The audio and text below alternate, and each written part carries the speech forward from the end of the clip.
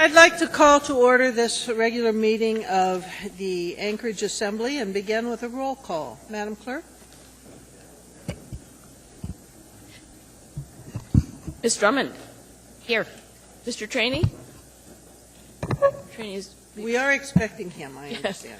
Mr. Honeman? Here. Ms. Gray Jackson? Honored to be here. Ms. Osiander? Here? Mr. Hall? Here. Mr. Starr? Here. Mr. Trombley? Here. Ms. Johnston? Here. Mr. Flynn? Present. Mr. Flynn is joining us by telephone. Mr. Birch? Here. Madam Chair, we have a quorum. Very good. Ms. Johnson, could you lead us in the pledge?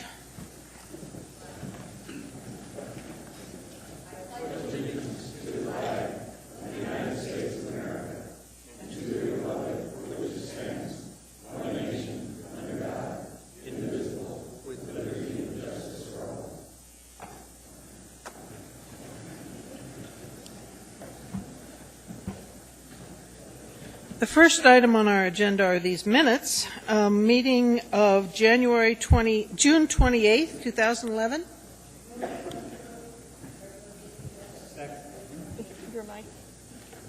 Okay, thank you. Is there any discussion? Is there any objection? Mr. Flynn? All right, there appears to be no objection from anyone else, so those minutes are approved unanimously. The next minutes before us are for the regular meeting of July 12th, 2011. Second. Is there discussion? Is there objection? Mr. Flynn, any objection? No objection. All right, those minutes are also approved unanimously. The next minutes before us are for the regular meeting of July 26, 2011. Second. Is there discussion? Is there objection? Mr. Flynn? No objection. There appear to be no objection. Those minutes are approved unanimously. Mr. Mayor, do you have a report for us, sir? Yes, thank you, Madam Chair. Just a couple quick things. Last week I was in Sitka for the Conference of Mayors and then stayed for the Alaska Municipal League Conference that Ms. Johnston attended, and working on issues of commonality to different communities. We don't agree on everything, of course, but there's certain things that we come forward with a common voice on, one of which is the unfunded mandates on our property tax exemptions, and we're going to be working that hard again this next session to see if we can't convince the state to restore what they used to fund as far as our unfunded mandates go. Saturday, had the privilege with Ms. Gray Jackson of attending the Japanese Summer Festival at Sand Lake Elementary School. It was a tremendous event, and again, just another great example of our wonderful and diverse community. And then today, just an update, we did meet with the folks at Kabata. We're working hard to try and solve the road issue behind the port, and I think we've made some progress. They're agreeable to moving as far to the east as they can. There's still some question about whether it leaves enough room for the dry barge dock to function, but we're continuing to work it, and I'll keep you updated as progress is made. Thank you very much. My only report is to deal with an item on our agenda, Delta 11, which is an item on the addendum. It regards a fairly unusual situation where we're being asked to approve an arbitrator's report for the plumbers and pipe fitters negotiations. It is listed under the consent agenda, but to my mind it is of maybe such interest to both our employees and members of the community that I'm going to ask that that be pulled and deferred to our next meeting on the 30th.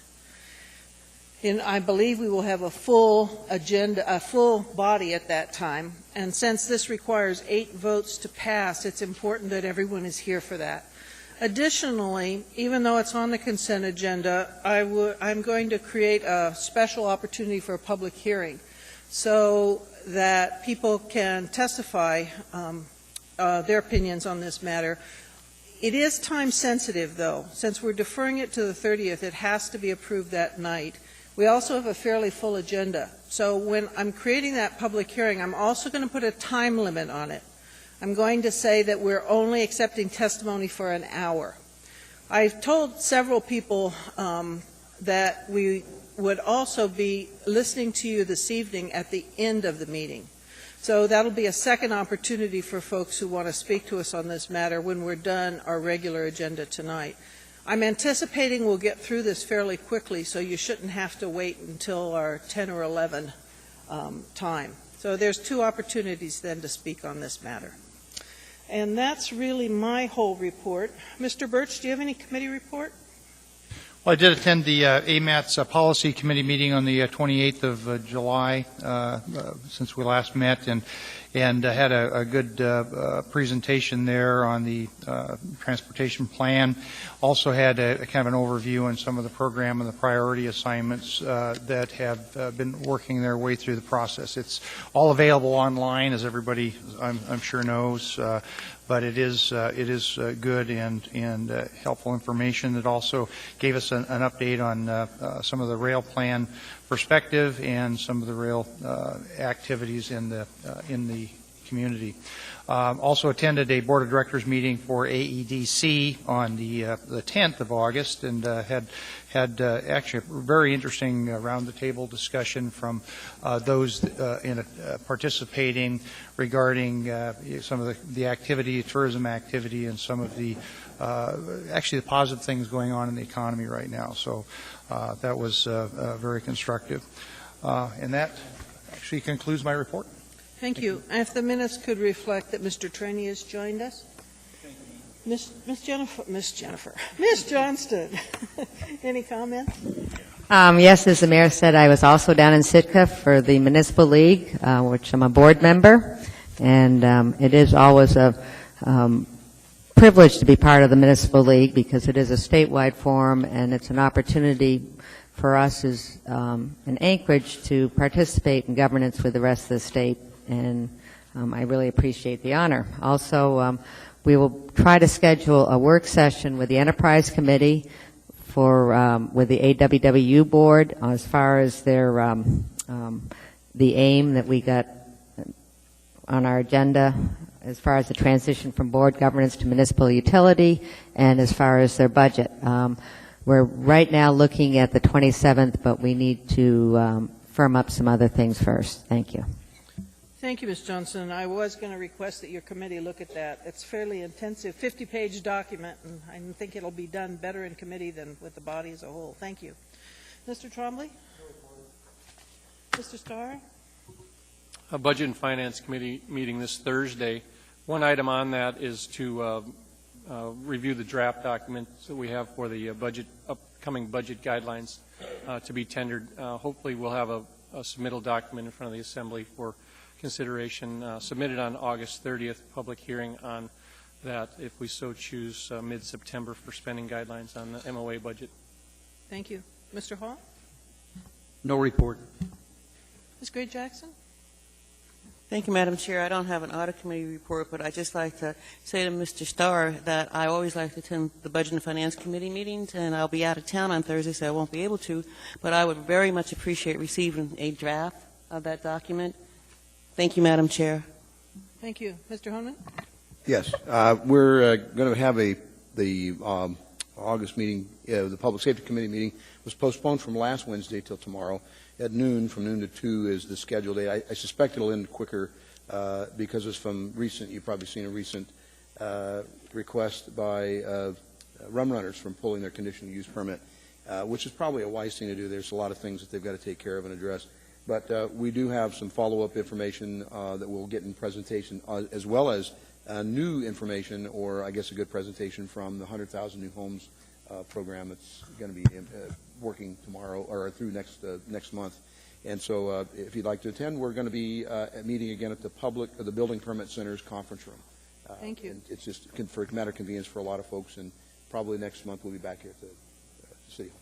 Okay. Thank you. Mr. Trainee? Nothing, ma'am. Ms. Drummond? Thank you, Madam Chair. I don't have a committee report. I just have to report that your only Greek American Assembly member is inviting everybody to the Greek Festival this weekend. It starts Friday on O'Malley Road, just uphill from Lake Otis. Come and be Greek for a day. Thank you. Thank you. It's a great festival. All right. With that, the addendum and the laid on the table item is before us. A motion would be entertained. Move to incorporate. Is there objection? to incorporation. Mr. Flynn?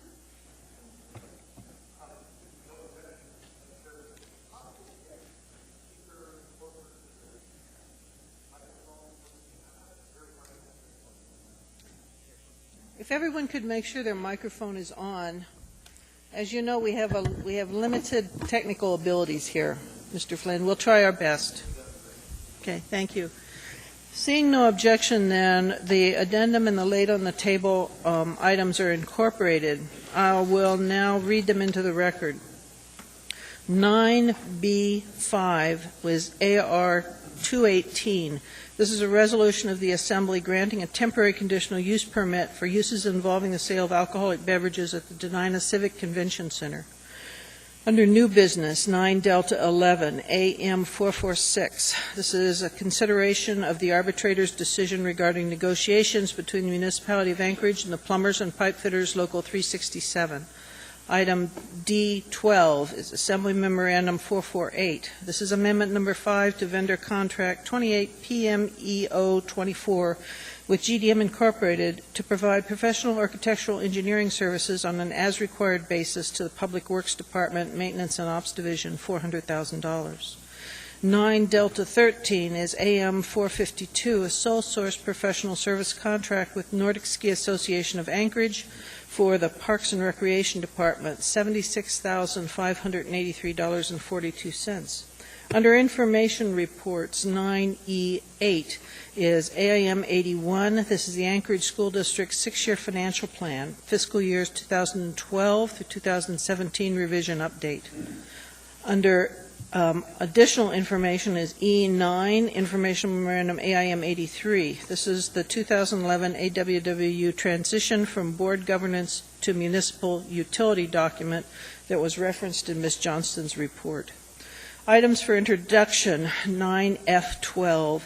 This is AO 83, an ordinance approving disposal to the USA of approximately 0.67 acres by lease amendment on HLB parcel 4-033-A, non-competitively and at no charge, to provide ingress and egress and subsurface power and commercial and communication lines to its non-directional beacon lease site, subject to existing and planned trail alignments within the lease site.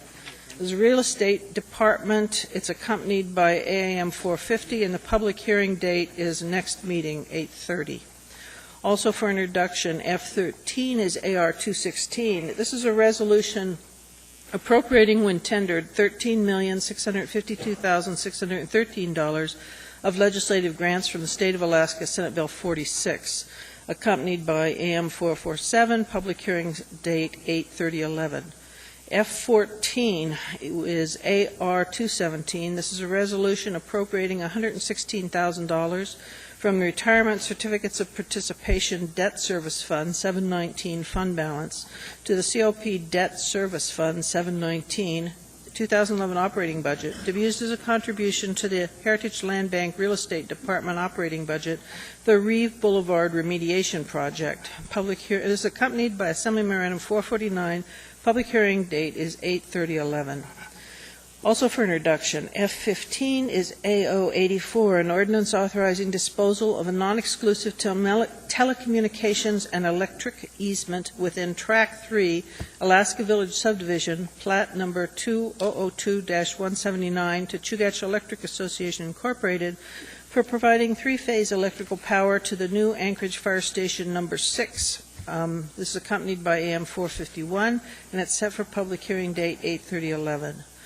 F16 is AO 85. This is an ordinance amending Anchorage Municipal Code Title III to include employees of the payroll section in the list of groups exempt from collective bargaining, and it is accompanied by AM 453. It is set for public hearing at our next meeting on 8/30.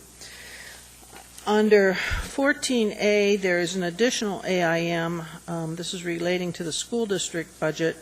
It's AM 82. It's the Budget Advisory Commission comments on the Anchorage School District financial plan revisions.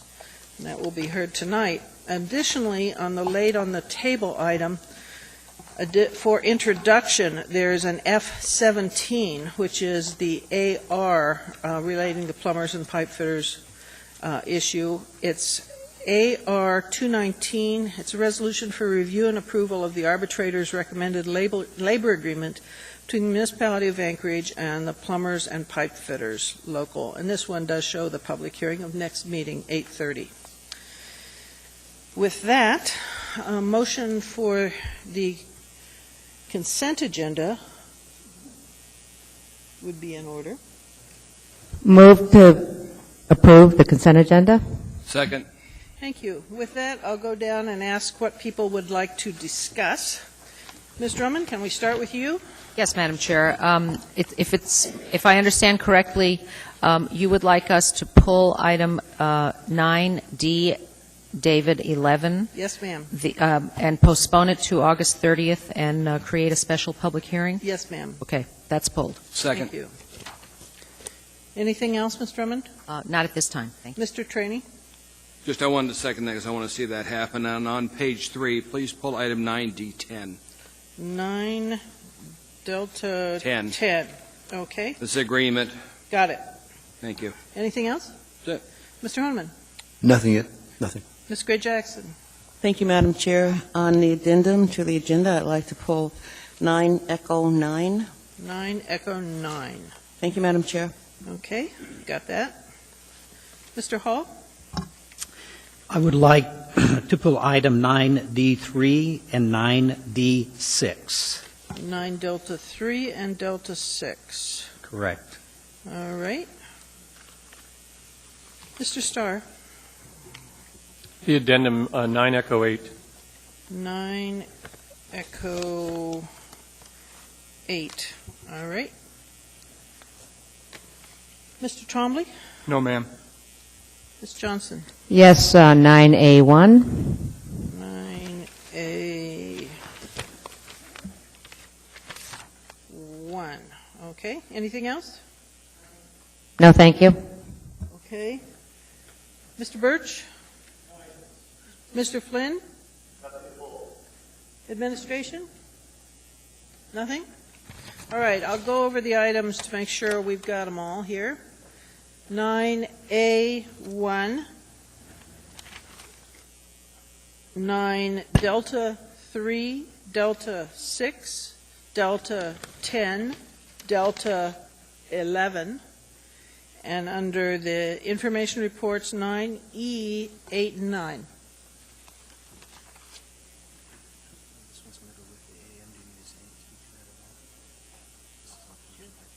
No, oh, yeah, it's already set that public hearing, so I thought it was right.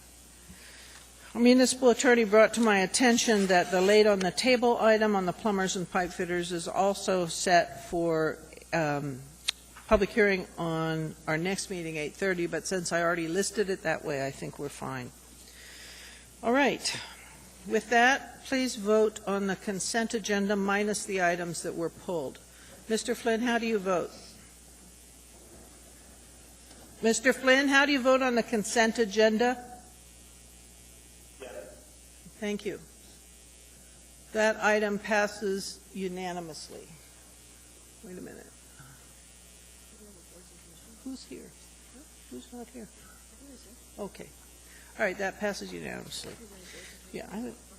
With that, we make it a regular practice to thank and recognize the people that have volunteered their time to serve on boards and commissions.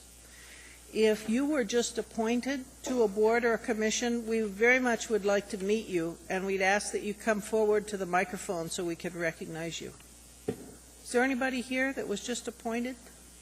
Thank you. Hello.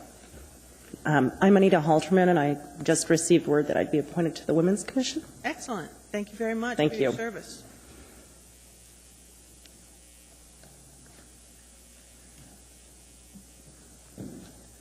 My name is Sean Mahoney, and I was appointed to the Youth Advisory Commission, and I am interested in helping my community and am pleased to serve.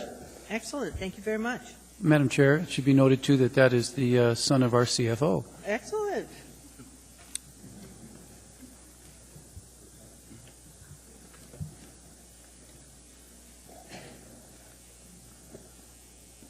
Hello, I'm Barry Gray. I've been appointed to the board for the examining. Board of Examiners? Yes. All right, thank you.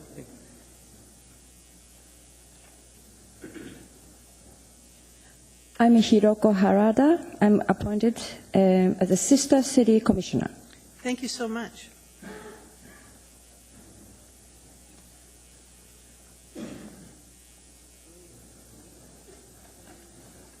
Is that everybody?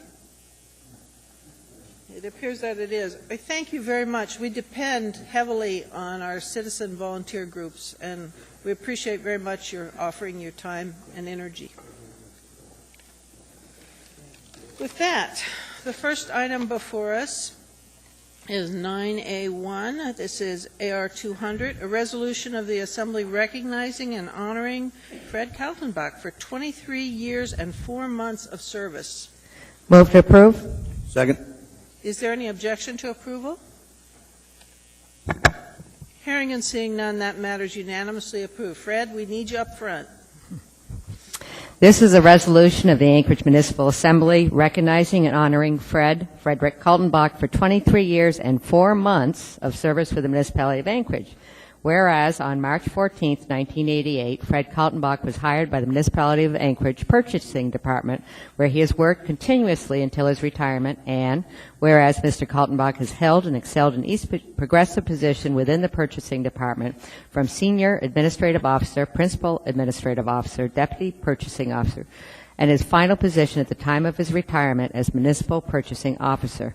And whereas during his career, he was instrumental during the transition from the homegrown legacy operating system to the PeopleSoft record-keeping system, and whereas during his career, he has provided clear and concise guidance of purchasing principles, practices, procedures, and support to the buying staff in all the municipal departments, and whereas during his career, he has taken the lead in representing the purchasing department during difficult contract negotiations, and whereas Fred will retire from the municipality of Anchorage effective July 30th, 2011, his dedication and commitment to excellence for himself and fellow staff has contributed to the indelible mark he has left on the department and the people he served, from the citizens of the great community to the vendors who have provided commodities and services to the municipality of Anchorage.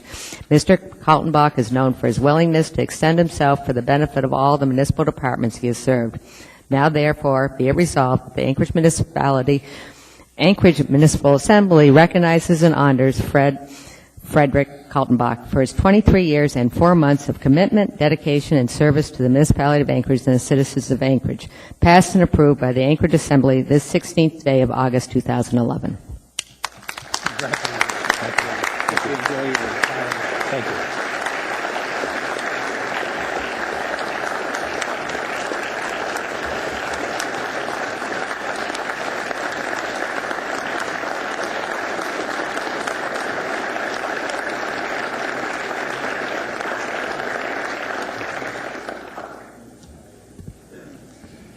Anything you want to say, Fred?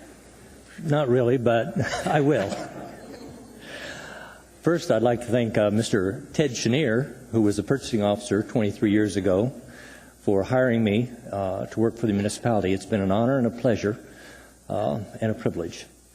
I'd also like to thank Ms. Mahoney and Mayor Sullivan for the appointment to the purchasing officer position. It's something I did not desire, but I was willing to serve, and I thank you for the opportunity. I'd like to thank the Assembly members for your support, for not asking too many questions on the things that were presented to you through my office.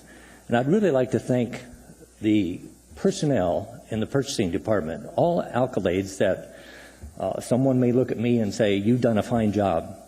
Couldn't do a thing without them. I've been either the deputy or the purchasing officer for the last 17 years, 18 years now, and without their support, could not have done the job, and they're the ones who deserve all the praise.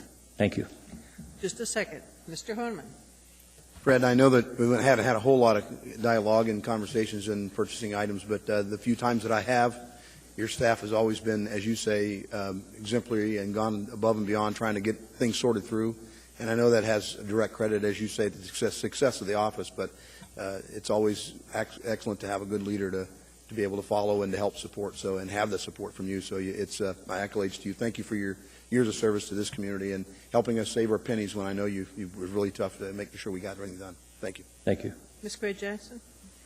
Thank you, Madam Chair. Hello, Fred. I've worked with you for 23 years, and I just want you to know that you really have done a fine job, and I've really enjoyed working with you, and you'll be missed, and I just want you to know that my T-BOP committee, they were okay that you didn't make it because I told them that you were retiring, so so it's okay. Thank you, Madam Chair. Mr. Mayor? Yes, thank you, Madam Chair. Fred, thank you for all your service to the city, and it's a loss for us, but just so the body knows, we're keeping Fred around on contract to help us through transition, particularly with the assimilation of the utilities back into general government, and your knowledge and expertise is going to be invaluable to make that transition smooth, so we appreciate your giving us a little extra time in retirement. And, you know, folks saw Fred some months ago after breaking some bones on the softball field. I mean, not only was the job tough enough, but to labor through it, as beat up as you were, was really an extraordinary effort, Fred. Thank you. Thank you, sir. Ms. Johnston? Well, I just wanted to say I knew how reluctant you were to become the purchasing director, and we appreciate it, and you did a wonderful job, and I'm very happy to hear that you're on contract for the rest. Thank you.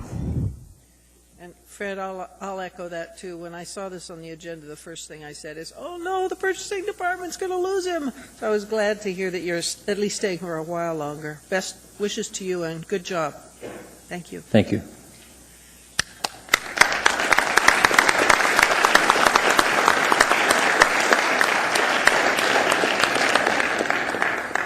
We're now at 9 Delta 3. This is AM 427, the Equal Rights Commission appointment. Yes, Madam Chair, the administration have asked that we do not introduce this item. Okay. Then the next item before us is 9 Delta 6. This is AM 430, the Youth Advisory Commission appointments. Mr. Hall? Yes, Madam Chair, we have one individual there that has asked that her name be removed, and that is Trajana M. DeJean. So I would move approval and with the deletion of her name. Would you mind just doing them one at a time first? We'll do that. Move to approve. And then a motion to delete would be in order. Yes, motion to delete the name of Trajana M. DeJean. Second. Is there objection to the motion to delete that name? Mr. Flynn, I assume you're going to chime in if you have an objection. Correct. All right. And then the main item before us as amended. Is there any objection? Hearing and seeing none, the main item is approved as amended. Thank you very much. We're now down to 9 Delta 10. This is AM 434, Amendment Number 4 to Alaska Interstate Construction for the 72nd Avenue and Meadow Street upgrades, Brayton Drive to Lake Otis Parkway and Lower Road to 72nd for $175,000. Move to approve. Second. Mr. Trainee? Administration, George, I've got a question for you on this. This last summer, this company was working on Meadow Street for a long time, and they would drop notices on the residents who live there, a lot of apartments, at 6 in the morning, telling them if they didn't get out before 8, they were shut off till 5:30. Can we come up with a better way to tell our residents who live in that area when the street's going to be shut down? Because I had a lot of residents there calling me, complaining, hey, I was asleep at the time when they left the notice on the door. Tell them the night before, not at 6 in the morning. Yes, sir. Thank you. Thank you, Madam Chairman. Is there anything else on this matter? Nothing. Is there any objection to approval of this matter? Mr. Flynn, you okay with 9 Delta 10? All right, that matter is approved unanimously. We're next at 9 Delta 11 on the addendum, and we need a motion to postpone. Move to postpone to the meeting of August 30th. Second. Thank you very much. Is there any objection to that? Seeing none, that matter is moved to our next meeting. Madam Chair? Mr. Mayor. You may want to just inform the audience of just what is happening on that, because I see a lot of people here, I think, that are interested in that, may not have gotten the word that the action in the public hearing is moved to the 30th. All right. I announced at the beginning, but I will announce again. The Assembly is being presented with an arbitrator's report on the negotiation status between the municipality and the plumbers and pipe fitters. This is a sort of a unique situation for us. Basically, the Assembly, we can vote yes or no. It requires 8 votes, a sort of a supermajority, in order to pass it.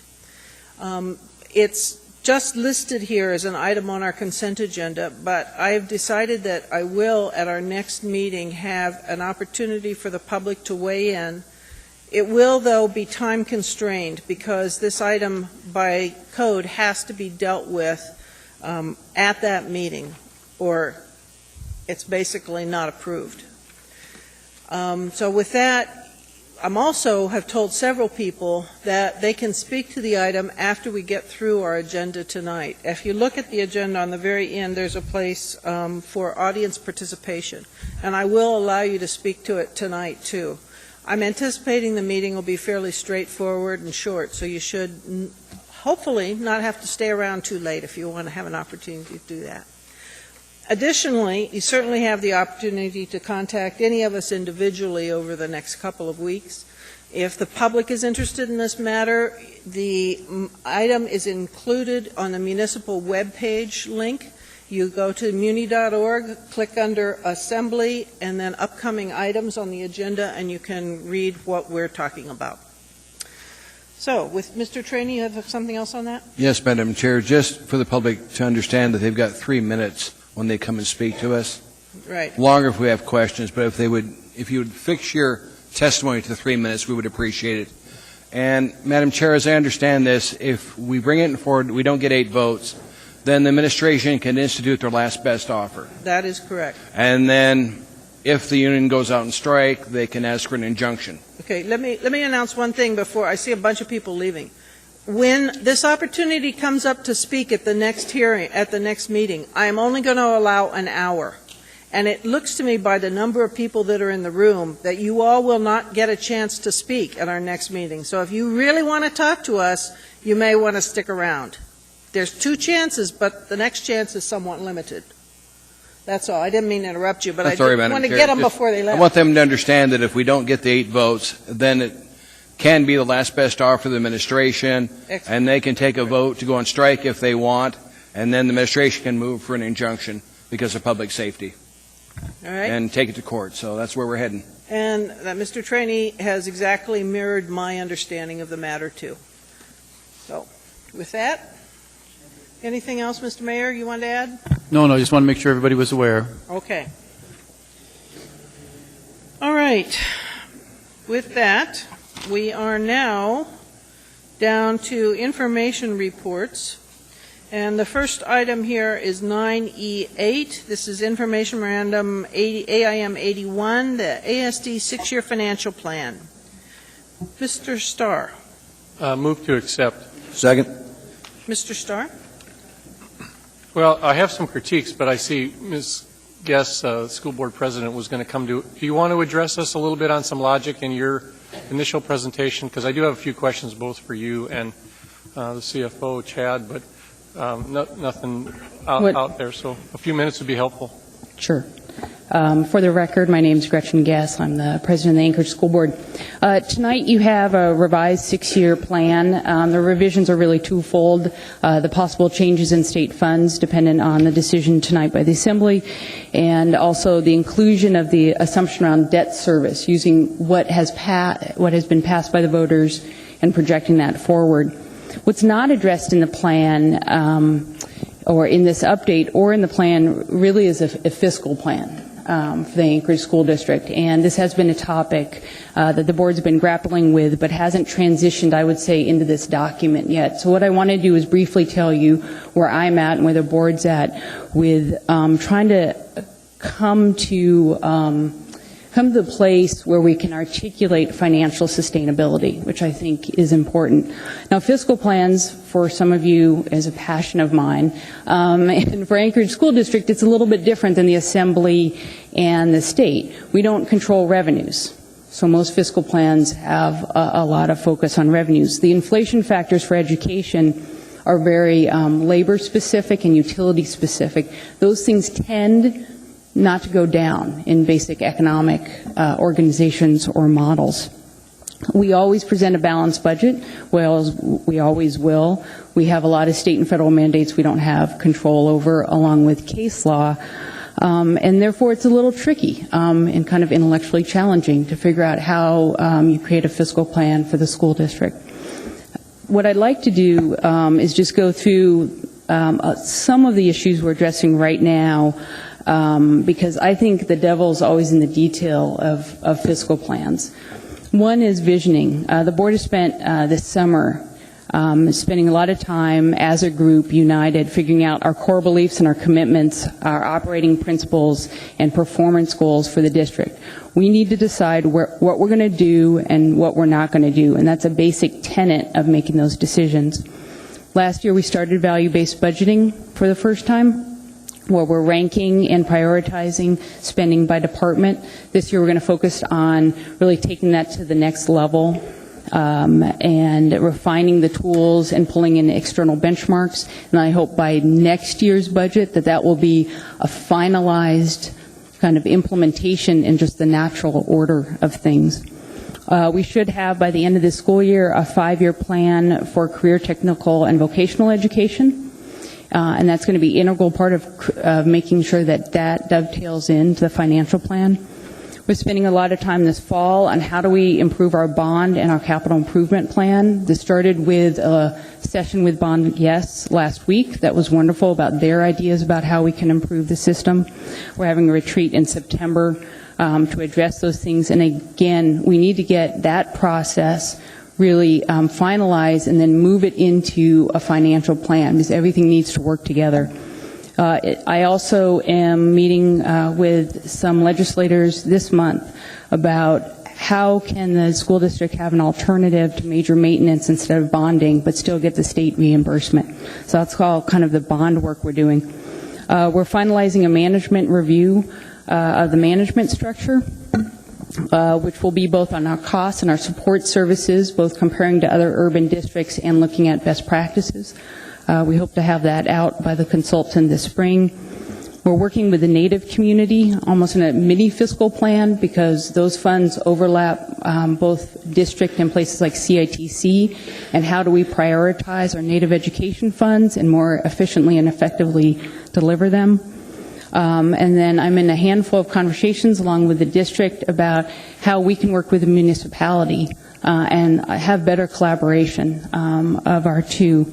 Additionally, we're trying to go down the path with some of our utilities, both to prepay, which we've been able to do with NSTAR over the year, and pay early and get a discount and try to get some savings. So those are kind of the current direction or the current tasks, I would say, towards a fiscal plan, and I'm hoping that as the iterations go forward, you'll see not just a financial plan, but much more of a fiscal plan, not just you, but the public come from the district. Thank you.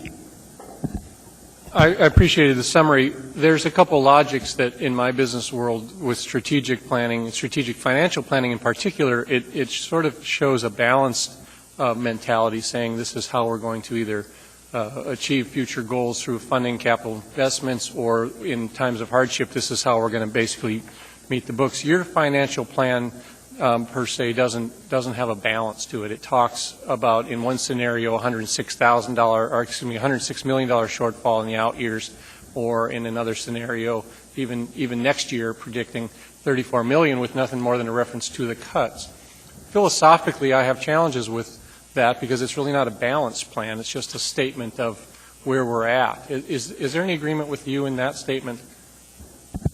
Well, I would say yes and no, because there were two statements in there. I believe it's important in a fiscal plan to create a risk profile. instead of creating one scenario, and to look at that risk profile and say, what do you think the probability is of certain expenses going certain ways, especially on the expense side. On the revenue side, I believe we always start with flat funding. We don't ever assume that we're going to get more funding from the legislature or the assembly, and we go forward in that regard. And really, your fiscal plan on the revenue will dovetail into our fiscal plan, as well as the state's fiscal plan. I would agree, though, that the way it's set up now is, as you said, there's not a path forward through those cuts, right? So it's, okay, we may need to make cuts this year. What's the framework for those? What's the plan for those? And I do think we need to do a better job of that framework. Now, we're a political body, just like you all, and folks get reelected every April, so I think it's a framework versus specifics, because you always have to give the next school board or the next legislature or the next assembly the ability to do those details. Well, to a degree, and I don't want to debate necessarily, as the observation is that this would be a carry-forward document where you start to educate those that have it. And this is your first attempt, really, to prepare one. And so I'm trying to make sure that we set the foundational expectations for future leaders, elected officials in particular, but also trying to encourage you that you take our fiscal plan, the MOA one, and we start to do some more thinking that's collaborative so that you can see our challenges on our paper. And ours is different. We do balance the fiscal plan. We have one scenario adopted and embraced. My next question is, you have two scenarios in here. One is this is one, and then the other one is a secondary scenario. Which one do you recommend? Do you have any? There's no statement of this is the one we're targeting or this is where we're going. Yeah, it's true. I think we would be better. There's a debated better. question in there, so I don't want to predicate it with you on that, because scenario 2 is the one that bothers me the most, and that's where we're headed. So I want you to answer first off which one you embrace. I think I think the responsible thing to do is look at the scenario that has flat funding. And then you create a risk profile around that. So when I said different scenarios, when I said risk profiling, I don't necessarily mean different scenarios, but I think you need to know the risks to where your expenses are and the probabilities of certain items. Yeah, again, it's not a debate. I'm trying to be respectful, but that's my point there, is you're taking us into dangerous ground through that, because you cannot balance your budget with that flat funding scenario. The only way you can do it is spending in scenario 2, and that predicates taxing to the cap repeatedly, and that still is a funding shortfall of taxing to the cap. And so I really bristle at the expectation that number 2 will allow CPI growth, and then your expectation and encouragement, quite frankly, in some of the language, to tax to the cap. I'll accept the report, but I can't accept that premise. So noted. I appreciate the feedback. Thank you. That's all I have. Thanks. Mr. Trombley. You spoke very eloquently to the 6-year plan, and I have a hard time accepting the 6-year plan. In a recent email sent by Jeff Friedman on Monday, August 8th, under superintendent's report, he wrote, "The 6-year financial plan is something the Assembly required the district to produce. The ASD doesn't use this plan in its own budget process, but the plan keeps the Assembly happy and has some interesting information as long as you don't assume too much from it." So, I'm asked to increase, and we're going to talk a lot later on today about the Anchorage School District and the needs for funds. How much time, and I know Chad spent probably a tremendous amount of time, resources, and money in putting this together, when I'm told by a school district member, and this wasn't to me, this came roundabout, is, well, we don't pay much attention to it anyway, so don't worry about it. Is that the feeling of the body? Can you? Through the chair, Mr. Trombley, it is not. It is what Jeff stated, Mr. Friedman stated at the board meeting on Monday, and it is his opinion, but it is not the board's opinion. Okay. Thanks. Mr. Honeman. Well, I just appreciate having the opportunity to look at some of the projections, even though I know you're not in control, as you said, the revenue side of it. Projections are just that. I don't know if your crystal ball is any clearer than mine. So I think we're all facing some challenges, and I look forward to help working with the school district on coming up with a good plan forward, strategies and fiscally. So thank you. Thank you. There appear to be no further questions. Thank you very much. Thank you. Is there any further discussion on this item? Is there any objection to accepting the item? Hearing and seeing none, that item is accepted unanimously. The next item before us is Informational Report E9. This is AIM 83. It's the 2011 AWW Transition from Board Governance to Municipal Utility document. Ms. Gray-Jackson. Thank you, Madam Chair. Move to accept. Second. Go ahead. Thank you, Madam Chair. First, I'd like to thank the chair of the board, Mr. Sullivan, and also the board and the staff of AWW for putting together such a very good and thorough transition plan. 50 pages. I was really glad to see that some of them were graphs. After looking through this report, as I'm sure the rest of you feel the same way I do what I'm about to say, is that, I had absolutely no idea how much would be involved when going from a board-governed utility back to a municipal-governed utility. It is what it is. But, some of the issues that were talked about in the transition plan was the fact that the purchasing department is going to be held accountable for processing requests, AWW requests in a timely manner. MOA, the municipality is going to have to provide a credit for deficient performance. If it's deficient by more than 10%, a report is going to have to go to the mayor and the assembly telling us why, and to avoid, and how it's going to be avoided from occurring again. And IGCs, intergovernmental charges, they have to meet the requirements of the Regulatory Commission of Alaska. There has to be in-depth RCA oversight of the costs that MOA is going to charge AWW and that they have to abide by. And, there is a lot of work that went into this transition plan, and I just wanted to mention a few of the outcomes from putting this plan together. And I just have one really quick question to the administration. Does the municipalities policy and procedures review committee, does that committee still exist? I used to be on it when I worked for the assembly, representing the assembly, and I just haven't heard anything. Does that still exist? No. Okay. Thank you, Madam Chair. Mr. Mayor. Yes, thank you. I just wanted to thank the board and the staff of AWW for preparing the report. Keep in mind that not all the items that are suggested in there will be implemented. It's a suggestion to the administration on how they view the transition should happen.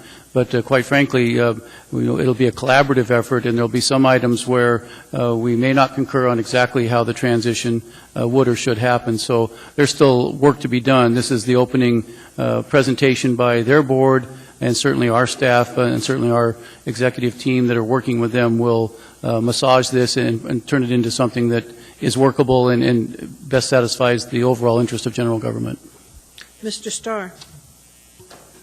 I'm through the chair. For Ms. Mahoney, I had an email from you which I was unable to confirm, which talked about our debt service requirements and our overall debt at the municipality. And the numbers you gave me added up to about $1.2 billion in debt. That does not include the enterprise funds such as this entity. Is that true? That is correct. The question I have for you is the plan, and it is very, very well written. I didn't mean to overstate or understate or not state that. I read it. It's very, very well done from identifying things, but it speaks absent to some of the challenges perhaps in understanding from our perspective, the government's perspective, as opposed to the board's perspective, things like the Clean Water Fund and the amount of debt service that we're carrying. Are we going to get better at that as a body, first off, through this? And are we needing to do something differently in the suggestions of this plan so that we are better prepared to handle our debt service requirements and understanding of where we're going? Well, as a result of the repeal, all financial matters will come through me now prior to going to you. Maybe. Through us, right. I just meant the CFO's organization, and then on to you, and we will do the normal analysis that we do at the MOA general government level now for AWW and MLNP. We stay pretty cognizant to the debt service requirements in both the ASD's budget and the MOA's budget as it requires debt service, and debt service primarily is covered by property taxes. What's now the combined debt service requirements that falls under our responsibility as opposed to some of the independent board decision making and the leadership of AWW? What's the combined now when you add in AWUS for our bodies? Well, the entire debt service is $1.9 billion, which includes general government and all of the enterprise funds.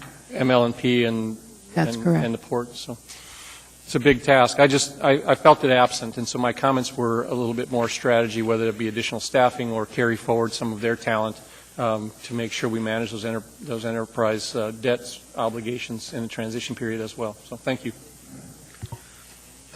I just want to urge Assembly members to maybe pay attention to when Ms. Johnston posts that committee date, because that'll be the opportunity to delve into this in more depth if anybody's interested in it. With that, is there any objection to accepting this report? Hearing and seeing none, the report is accepted unanimously.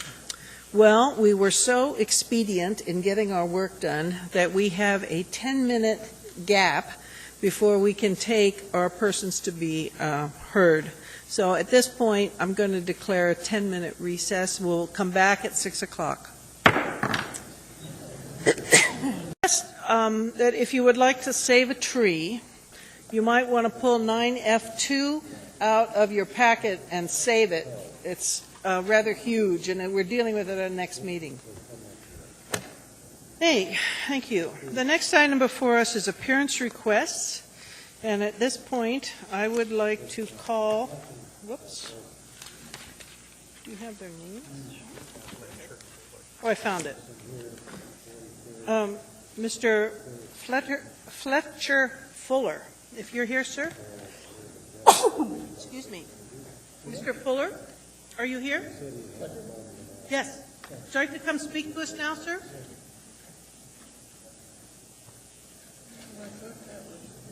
Just come to the microphone there, and you have 3 minutes to speak to us. And pull the mic up so we can hear you, sir. Thank you. Very good.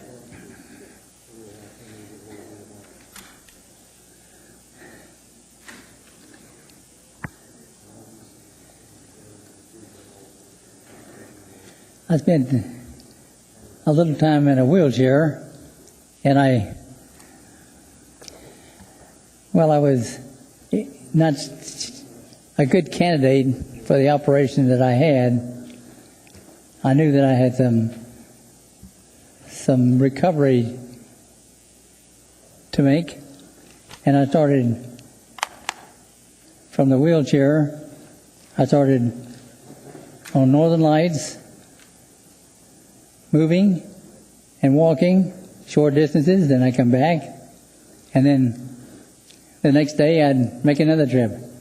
And each time I would pick things up, sometimes with one hand, and the exercise was to pick up things with two hands. So I did that for several days, and I found out that I had increased my range of motion, and I had moved further each day, and I was making progress. And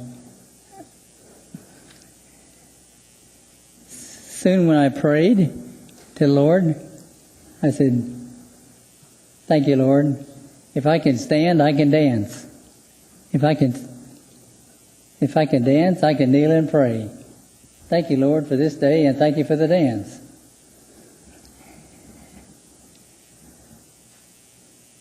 And I continued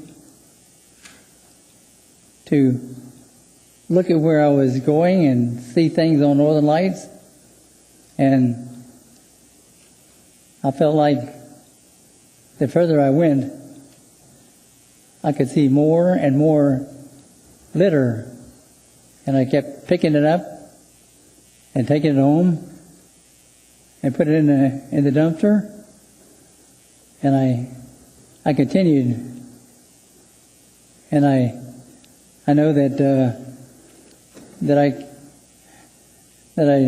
I could determine that we had turned Northern Lights into a dumpster, and with the electric windows, and they did away with cigarette trays. So the next place that anyone going down Northern Lights would open the window and do fast food out the window, cups, anything. and that made me very unhappy. And I think God influenced me, and He kept me motivated. So after I had done this a few times, I went back and I told God, I have gone about as far as I can go. I've gone from Wendy's Way to Arrow. And sir, we thank you. Do you have any, your time's up, so you're going to have to conclude. Yeah. So I had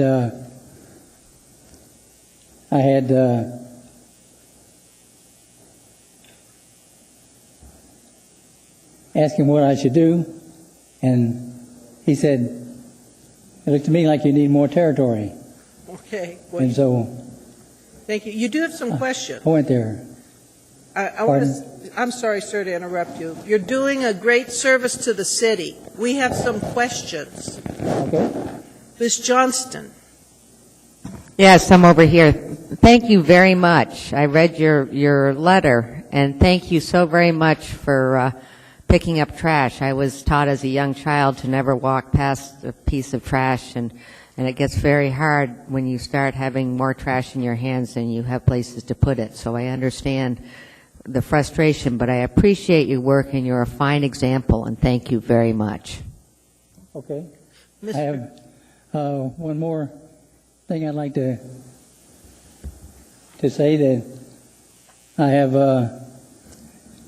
made an application, I made calls to adopt Northern Lights and be responsible for it. Bravo. So if that comes about, I want that to be done on Tuesday. And I want that to the support of RSVP, which is seniors in Anchorage, that they will be helping me to clean up Northern Lights. We thank you. Anyone who would like to join in that effort, I would love to have any help I can get. Mr. Honeman. And thank you, sir. Again, I'd like to also add in, thank you for getting out and cleaning up, helping clean up our community. I've participated in a few of those efforts myself, but recently, how far down do you go on Northern Lights? How far to the east down Northern Lights do you go? How far down? You mean coming into town, I go down to... Right, you're at the west end on Wendy's and Arrow. How far to the east? How far into town do you go? Down to City Diner. City Diner on Minnesota. Okay. Big Park to City Diner. Got it. That's a big stretch, and it's a pretty, it's not as, I guess, as busy, but it is a busy stretch.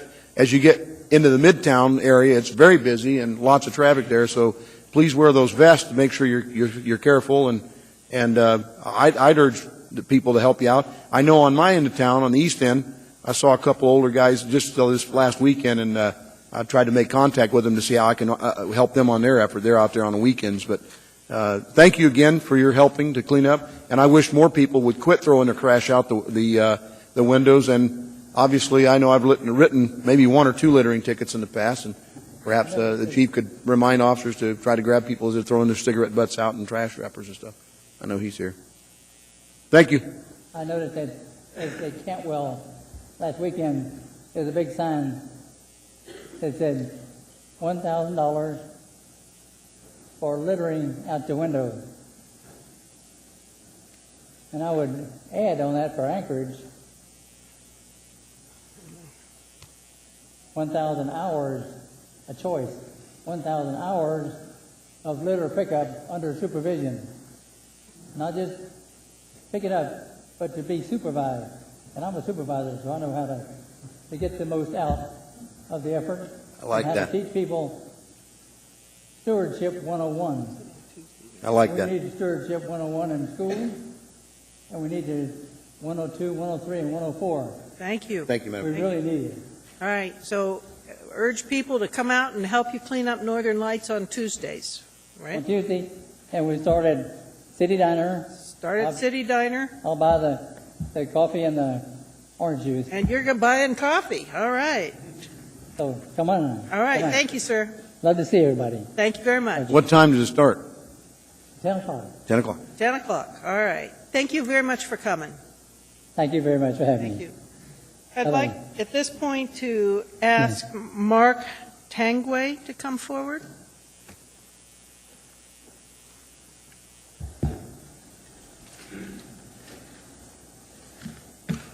If you could speak in the microphone. Certainly.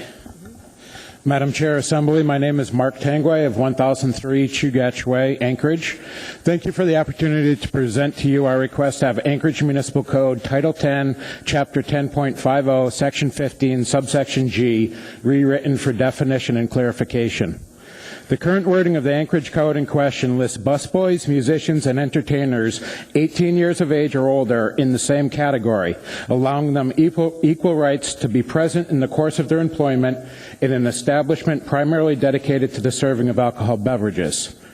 Due to the oversimplification of this ordinance, it has become confused with other ordinances addressing patrons, to the point that it is commonly assumed that musicians and entertainers who have not yet reached the age of 21 must also be accompanied by a parent or legal guardian while performing in a bar, and the performer must leave the bar by 10 p.m. I have not found any ordinances to support these assumptions other than laws specifically referencing patrons of a licensed establishment. As stated, the current municipal code lists busboys, musicians, and entertainers together. It is a prima facie evidence that tells us that a busboy is not required to have a parent or legal guardian present during their employment, nor are they banned from being at their place of employment during any scheduled work shift. This distinction is very important to musicians and entertainers, as this affects individuals 18, 19, and 20 years old whose parents and legal guardians are not local, such as university students, or those whose parents or guardians are not available to attend every performance. Additionally, this severely limits a musician's ability to advance if they are required to complete their performance and leave the building before 10 p.m., essentially forcing them to remain a warm-up band for minimal pay. To be clear, this does not address any change in the laws pertaining to entertainers under the age of 18, nor to patrons under the age of 21, nor to change any laws involving the consumption of alcohol. This specifically addresses performers in the course of their service as a performer. While seeking clarification on how this law is enforced, it became apparent that this goes beyond the licensee's discretion and beyond enforcement concerns, but actually should be addressed in the root wording of the law. We understand this will not require the licensee to change their internal policies, but it will give them the choice to change their policies without fear of legal repercussions. In complying with the principles of the Anchorage 2020 plan for the categories of arts and culture, job opportunities, and workforce support and development, I request approval of the new wording as presented in the package without changing the intent of the original law, but to clarify all current misunderstandings of this ordinance. Thank you. Thank you. Mr. Honeman has a question. Yes, thank you, sir. If you might, I ask, what prompted you to look at this particular ordinance? Do you have someone that's in the industry that? I have friends in the music industry. I personally am not through family, financial, or anything up here. I just saw something that was wrong, and it's my duty as a citizen to come forward and try and make it right. Appreciate that. And so what we would likely do is maybe perhaps look at this. I see some merit behind some of the conversation, but it probably needs some further check, and particularly with our legal section. So I thank you for bringing this to our attention. Okay. Thank you very much. Mr. Trainee. Thank you, Madam Chair. Dennis, could you take a look at this and let us know from legal aspect, if you would, please? Thank you, sir. Thank you, Madam Chair. Thank you. Well, the municipal attorney was just asked, so we'll get some information. Okay, great. Thank you very much. Thank you for coming. That ends our appearance requests. We're now going to move into the public hearings. The first public hearing before us is on AR 192. This is a resolution of the municipality providing for a revision in the Anchorage School District Financial Plan for FY 11-12. It's accompanied by AM 41 and also the school budget advisory comments, which are IM 82. So if you'd like to speak on the budget, the budget advisory comments, please come forward. Madam Chair, Just a moment. Before- Mr. Trainee, before we start, before I just need to restate, my wife is a school district employee. This won't affect her at all, but I just need you to know that. thank you. Mr. Trainee, since we've been through this one several times. A few years. I believe and will rule, unless I'm challenged by the body, that you do not have a conflict and that you should participate fully in the discussion. Thank you, Madam Chair. Thank you. Go ahead, sir. My name is Paul, middle initial D. Kendall. Before I begin, I'm here on the presumption that I have the first right amendments to freedom of the speech, and if I'm wrong about that, you need to make that a point of order and legally inform me. Now, continuing on here is that I just want that as a matter of record, just in case anything ever goes weird in this place, that I expect to use my freedom of speech rights. Now, Sir, you have in to reference- speak to the matter that's before us. Yes, but I am here on the presumption that I have my freedom of rights, freedom of speech. And You need to tell me otherwise if I don't have. Right, the two- Now, so on the school, pardon? Do you want a response? Pardon? Do you want a response? Oh, well, yeah, but not off my time. It's a point of order All inquiry. right, I'm we'll making. start again on your time. You All may right. not say anything offensive, sir, and you have to speak to the point before us. Go ahead, sir. I'm not sure what all that means, but now continuing on, I'm opposed to the school, anything more money for the school district, and I'll tell you why. I've been in hearings all day on the gas line, looking at some very large numbers, very large concepts. And again and again and again, they're told to me whenever I ask for information, it becomes confidential, non-disclosure, proprietary. Those are tricked up sling words for secret. So I don't see how we can do anything with the school district at all until we have a list of anything that's proprietary or any other tricked up term that's secret. We cannot resolve the problems until we understand the scope and the scale of what's happening to our society because so many sectors are out of control. It is my opinion that the reason we cannot go any further is we need an investigation because I think there are illegal aliens in that school, and if there are, we need to arrest some people for fraud. Now, we have to stop all of this nonsense. You would be amazed at the words and conversations I heard today wrapped around billions of dollars. I heard from the school district.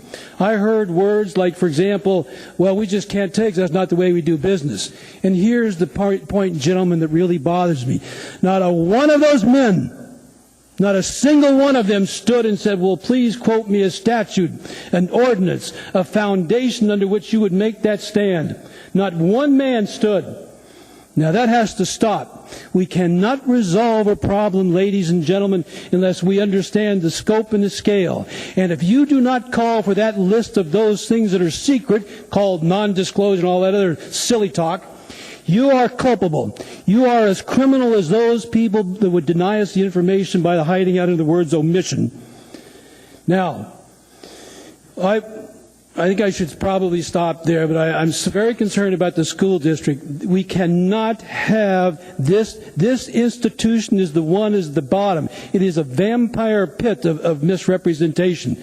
These people we are paying money to, 89% of this budget goes to a better life for them.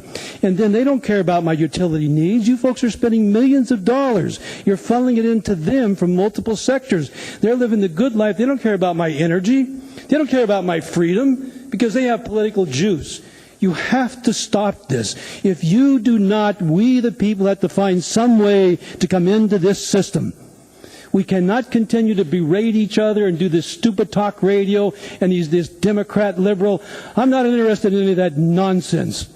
It is time for Alaska to rise up to the occasion, which is about energy and understanding that we're all in this together. I can't tell where my time is. I'm trying this new timepiece. But having said that, I'm very tired, but I hope you get my minute. We can no longer entertain those moments. Thank you. Thank you. Anyone else who'd like to speak?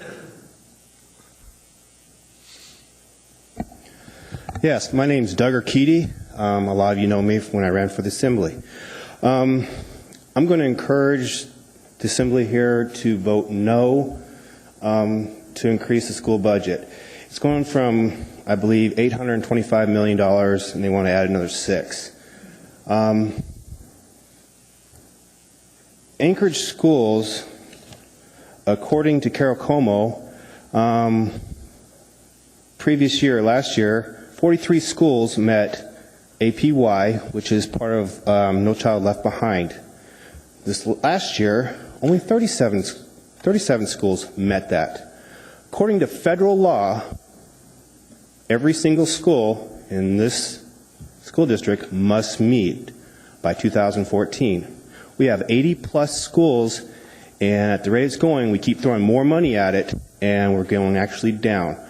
The students' scores have actually decreased. They're not even meeting the minimum standards anymore. And I found this out when I was actually running for the Assembly. I had a boy write me a little note. He couldn't spell Doug.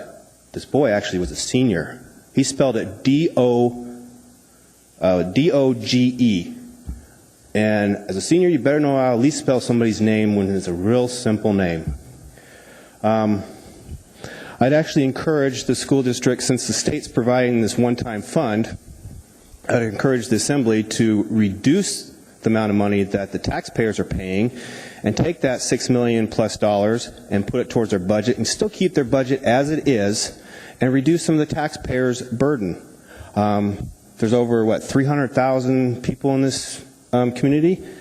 That would actually reduce a little bit of the taxes. And as everybody knows, when I ran for the Assembly, I'm strongly for reducing people's taxes. I have to remind everybody, my wife is a teacher. She works very hard. She worked all summer long trying to get her classroom ready. It's just only 25 cents of every dollar that we're paying is actually making it to the classrooms. If 90 cents for every dollar was making it there, I would have no problem spending money. School education is my number one issue, and I just encourage, until this school board and the school gets things under control, that we start cutting back some of the money. They've already said that they would combine services to save money. I think they need to actually start increasing their scores. As part of their own motto is they say that they need to be held accountable. I think it's time that we hold them accountable. Thank you for your time. Thank you very much, sir.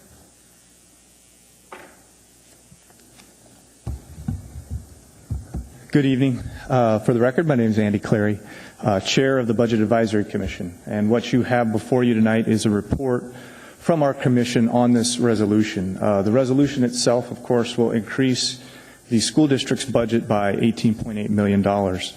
And we took a look at that and wanted to just, part of our duties as a commission, the Budget Advisory Commission, is to weigh in and provide an opinion and input.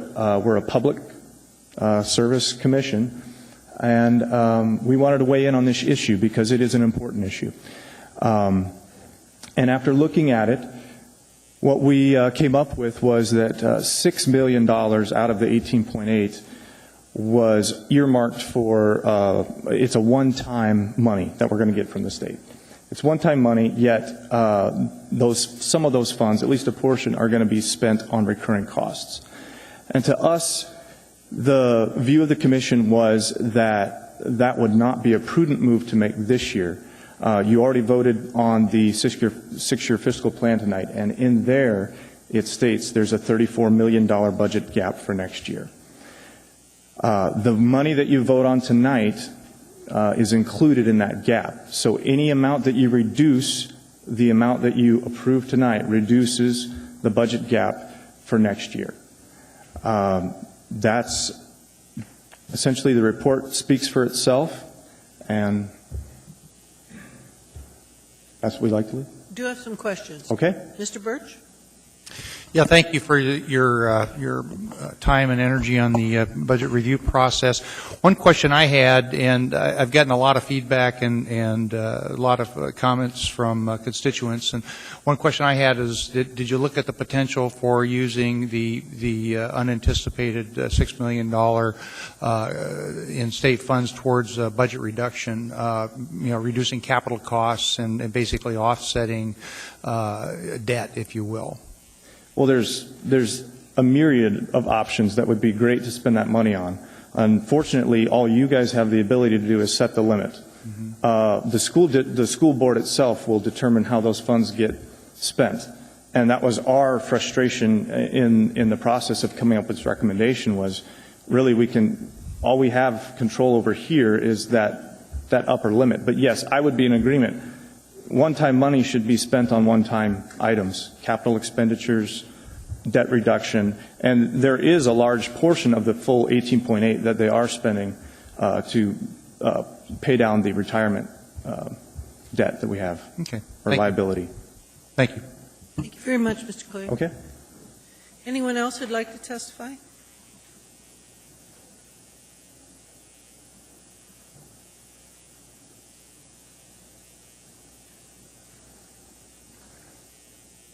Hello, Tam Agosti Giesler. I also serve on the Budget Advisory Commission. I'm one of the original members of the School Budget Advisory Commission that was then merged with the Budget Advisory Commission in June. And although it was passed by the BAC last week, I was one of the dissenting votes because of my past experience on the School Budget Advisory Commission. Some of the things that the $6 million is going to target are actually recommendations that were brought up in past years by the School Budget Advisory Commission or critiques we made of the ASD about not doing technology refresh. And so some of those funds are actually going to do those things that in the past the SBAC did indeed ask the ASD to do. The bandwidth audit, I also feel, is very, very vital. And because I've heard from many teachers in the district in the past, before they had this recent increase, there were problems with computer classes not being able to be held simultaneously in different high schools because of the lack of bandwidth. And if anything, the necessity for bandwidth is going to continually increase, particularly if we want to look at potential budget saving opportunities, perhaps in lieu of summer school, if push comes to shove in the budget reductions this year for online classes. The bandwidth issue is going to continue to be something that needs to be resolved. And so the audit that some of that $6 million goes for, I think, is crucial in this process. Also, the 20 teachers that were reinstated with some of that $6 million, I think, is very, very important. As a past educator, when I was at Greening Middle School, many of the years I taught, we were over accreditation standards in terms of my class load. And I persevered as a teacher because I knew there was a new Mirror Lake Middle School coming online and that I would eventually get relief. I don't feel you can tell a teacher with any credibility today, we're going to increase your class load so that the Anchorage School District learns how to lower their budget without them saying that's ludicrous, you're hurting children right now. The budget will be cut and needs to be cut in many areas, and I have some innovative ideas to help move that process forward in my service on the BAC, but I don't feel it's prudent right now to cut or to lower the upper ceiling to not be able to put that $6 million to use, particularly because it is not local taxpayer money. Thank you. Thank you very much. Anyone else?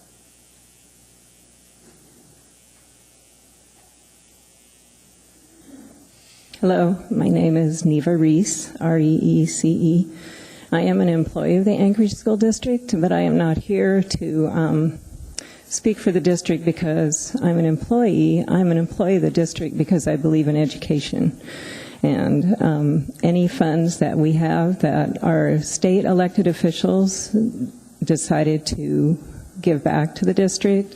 We have a board who's filled with elected officials who are elected by people in the community who have that responsibility to use those funds appropriately. I'd appreciate it if you would consider giving those people the chance to do their job and to go ahead and release these funds for the use of the district. I would like to say that No, you may not, sir. Security.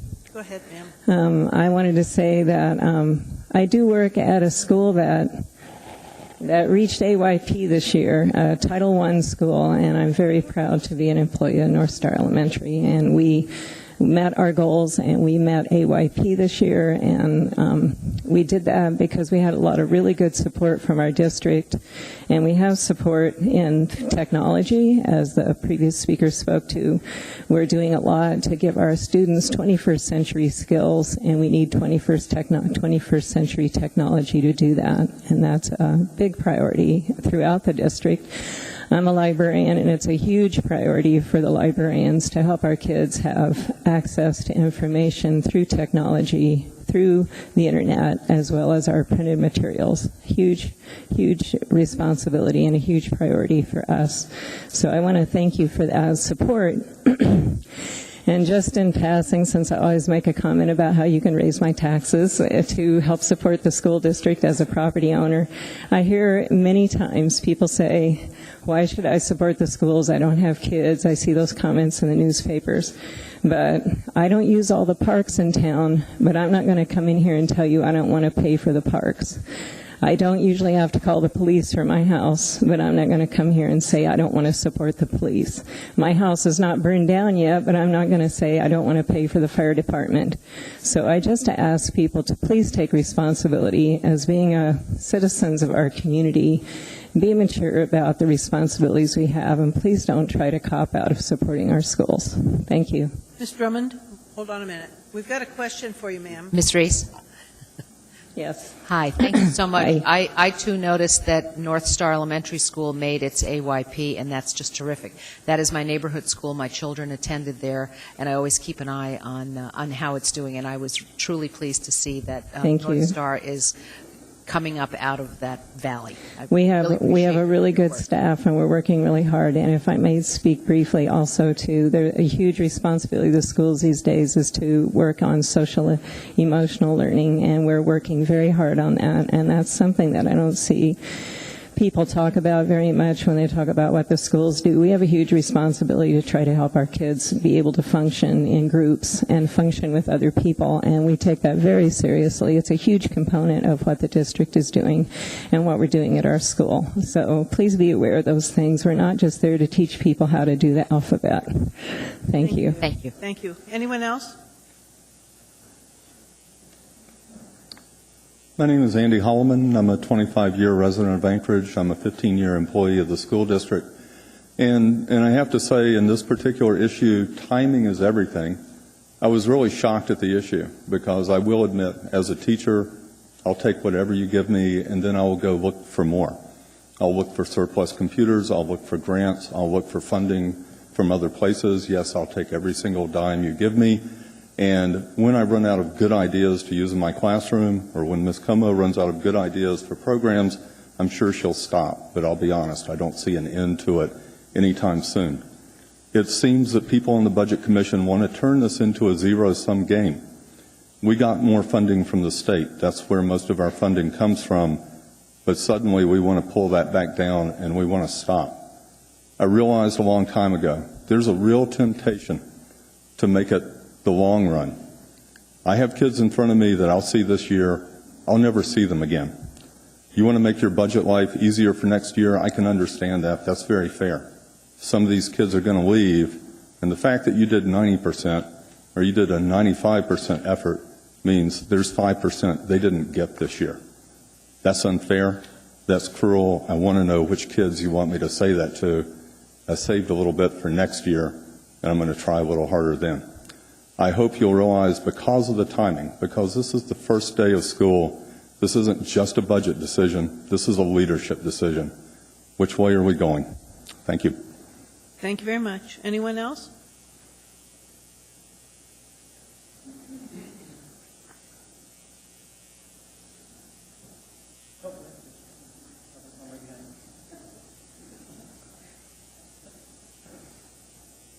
Mr. Griffin always had my back during the campaign.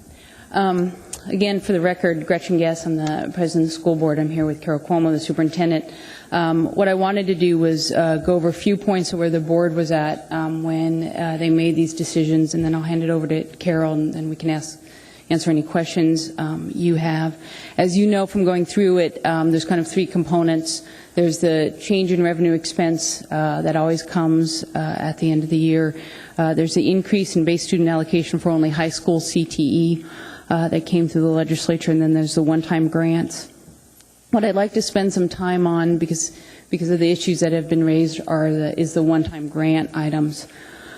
If you go through those items, and Ms. Cuomo will talk a little bit about the commitments we made to the legislature, which are important to keep, but also the board direction in the spring. When you go through those items, I kind of bucket them in three categories. One is true one-time cost items.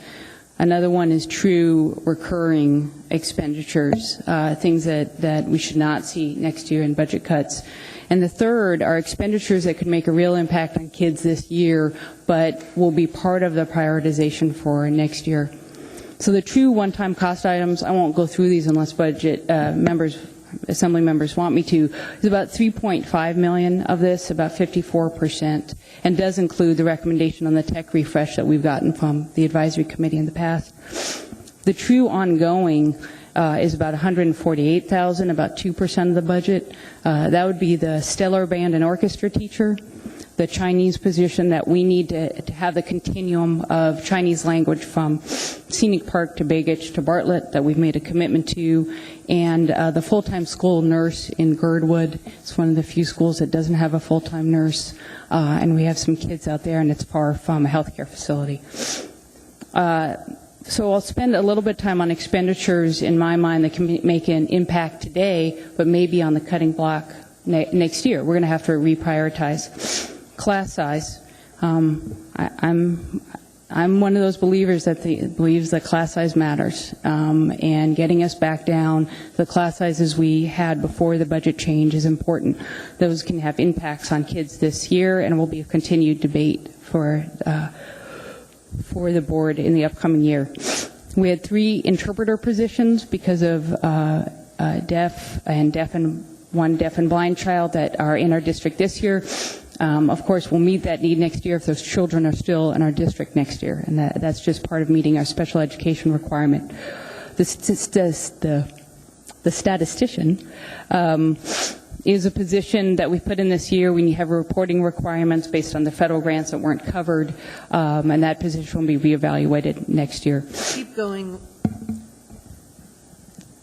The bandwidth usage was discussed. We're going to do an audit this year, increase the bandwidth usage, and see if it actually matters, and how that plays out. And then the native educator supervisor position, the multi-educator supervisor position, and that goes into our work with the Native community about prioritizing those services. It is the case that the board with one-time funds has in the past gotten those one-time federal grants. Drug and Free Schools is one of them, where they funded a couple positions. Then we defunded those and moved that into another department. And it was the case, at least in my tenure of 4 months on the board, that we have denied requests. We turned down the request for a wellness program in June. That was $500,000 because we didn't, although we believe in wellness, we didn't think it was the right spend at the right time on the right program. So with that, I will hand over to Ms. Cuomo to make her comments, and we can answer any questions. Thank you. Thank you. For the record, I'm Carol Como. I'm the superintendent for the Anchorage School District. I will be brief because I know you've all read the memo, and I'd be happy to respond to any questions. But I do want to say that when we were talking to the legislature during the last legislative session, we were obviously advocating for Senate Bill 84, which was going to increase the base student allocation for 3 years, $100 on the base.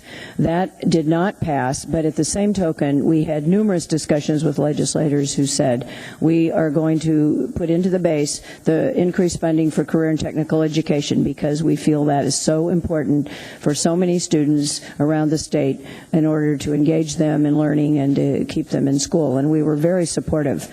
They did restrict that to high school students, and we're optimistic that going forward that they will make it more flexible so that we can also include middle school students in that funding. But it is built into the base. The other piece is the House Bill 108, which was one-time grant, and it was basically to support rural Alaska's significant increase in fuel and transportation costs. But the discussion of the legislature was clearly and on the record numerous times that we recognize in areas of the state where you don't have these extraordinary fuel costs and you can accommodate some of the increases you are you are getting into your regular budget, then we see no problem with you using that to restore positions, because we had talked about what we had cut in the budget, because in March we had made those cuts, and the legislature, as you know, did not adjourn for the third time until June, and so we were still giving input. We absolutely recognize one-time funding. We understand the issues. We were at the Budget Advisory Commission the other day. We understand that concern on the part of some of you and also others in the community. But at the same token, to be perfectly frank, our budget truly is every year one-time funding, because we're totally dependent. We are dependent on the state legislature, and we are dependent on the assembly, and then obviously some level of federal funding. So we know we have to make cuts next year. We're going to work through that with the value-based budgeting that the board is requiring, and that we think is a good thing. We will be assessing everything we're doing again and bringing forth a balanced budget to the board in January. And so we will be making the cuts. If the income, the revenues, we have an understanding from the governor when he submits his budget in December that he's willing to advocate for an increase, and we feel that that's something we could base an assumption on. We might do that. But right now we're assuming, as Ms. Guest said earlier, flat funding. Same thing with the assembly. And I think the last 2 years have shown that when you have passed your resolutions the end of October, you have set that level for us, and we have stayed within that, and we have not advocated for more local funding when we have come forward to you in March. So with that said, I'll be more than happy to try and explain some of this if you have concerns about our specific requests. Thank you. There are several questions. Mr. Birch, you're first. Did you explore the opportunity or the potential of actually committing some of those resources to debt retirement and basically reducing? And I just look at when you look at windfalls, you kind of go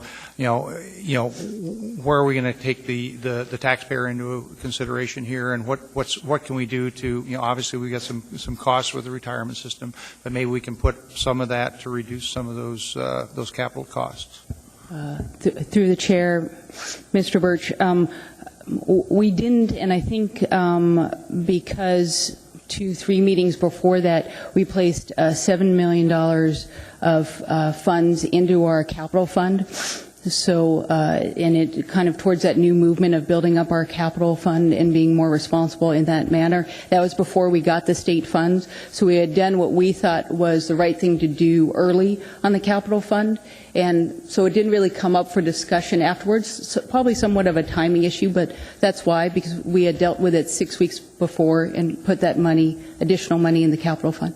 Okay, and as a follow-up from is there an energy efficiency component of this as well? Was there an expectation on the part of the legislature that the school district might pursue, additional insulation in roofs or improved lighting fixtures or some of those abundant improvements that homeowners look to reduce their energy costs?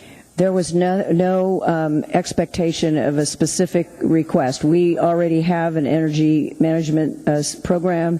Going forward, we had anticipated our increased energy and utility costs, and we are taking aggressive action to reduce our utility and energy costs already in the budget. So, no, they were not specific, did not tell us specifically they would like to see us use this funding for that. Okay. And then lastly, the federal component of the school district budget is, I think it's in the $60 million range, or 8 or 9% of the aggregate.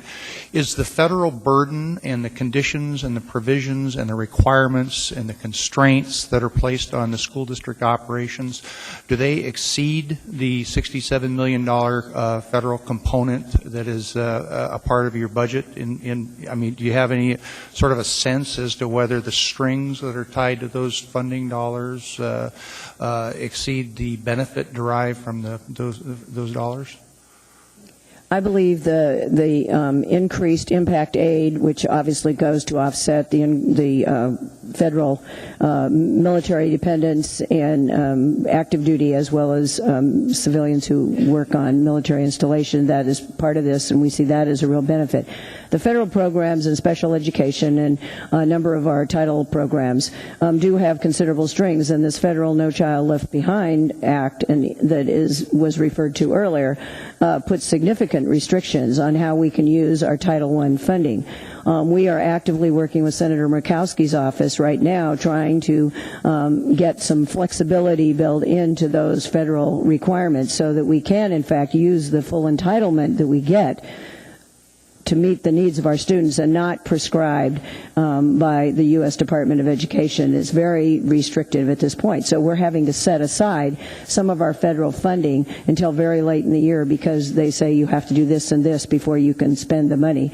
And that is taking resources away. In the area of special education, we only get about 16% of the 40% that was promised back in 1975 when the special education law first passed.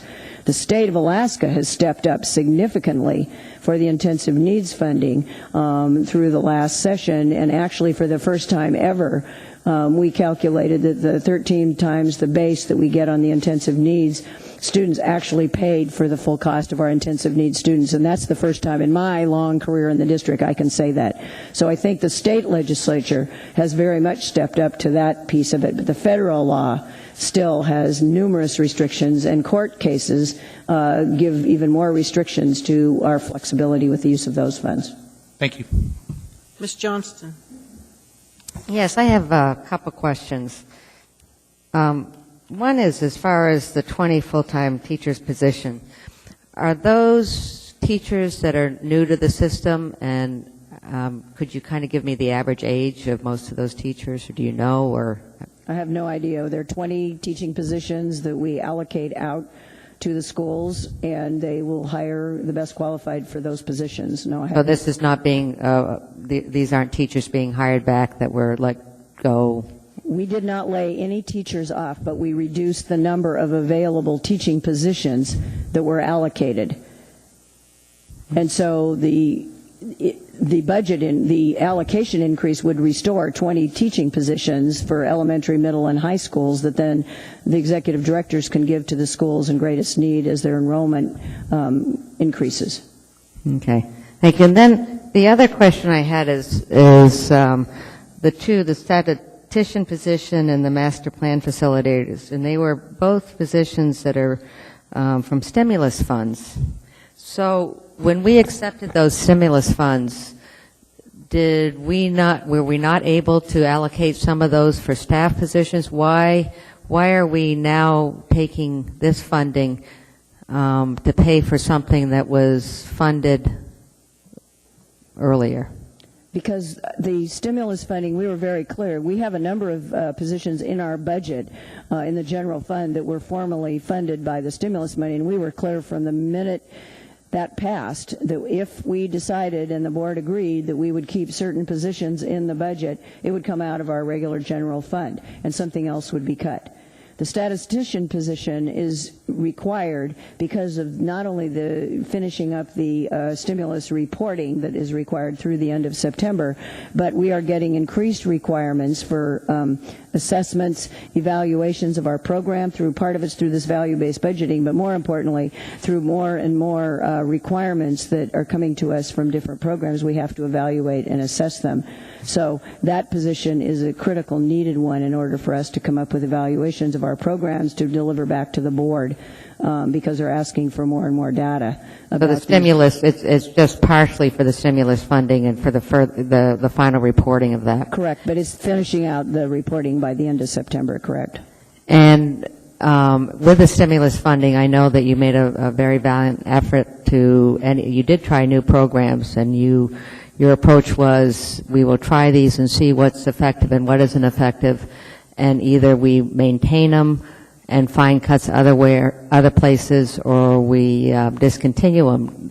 What kind of discussion have you had within the board? What did you let go, and what did you keep or have? We had a number of training and professional development positions that we did 2 years of very intensive training and professional development. A lot of those positions were eliminated in the budget. The West program, the West and Romig facilitators, the master plan one that you referenced, the West High School community came forward, as did the Romig community, and asked us to keep those positions one more year. The West one will go to career and technical education planning in addition to what they're already doing. Romig, we left in because we felt some of those initiatives needed to have some support for one more year. But those were initially one-time funding. The board decided after listening to the public testimony that they wanted to keep that one position in the this budget, and then the other was in the career and technical education budget. And as you know, the follow-up question is, so what was cut? I mean, we're doing this again, and it's not that I don't agree with these positions. I'm just sort of saying, when the public comes to me, that is always the concern with the one-time funding, is that we fund positions that are for one time only, and then we don't make cuts when that funding's gone, and so the community starts getting concerned. Well, we will definitely be cutting to balance the budget. And I think the cuts will be extensive, as you've heard, with the gap that we have anticipated. So that will be done very publicly, has been our past history. And I don't have a list of what was cut because we cut them in June. They were in that budget basics document that shows all the cuts. The attachment on the back of this document shows where there were some amendments made, but I do not have the June 20, the other memo, the budget basics, that showed an extensive list of cuts that we made in the general fund before we brought you the budget in March. Okay, I'm not doing this in an adversary. I'm just saying that this is the discussion that we hear, and I'm just... Oh, I know it is, and we hear it too. Okay, thank you. Mr. Trainee. Hi, Carol. How are you?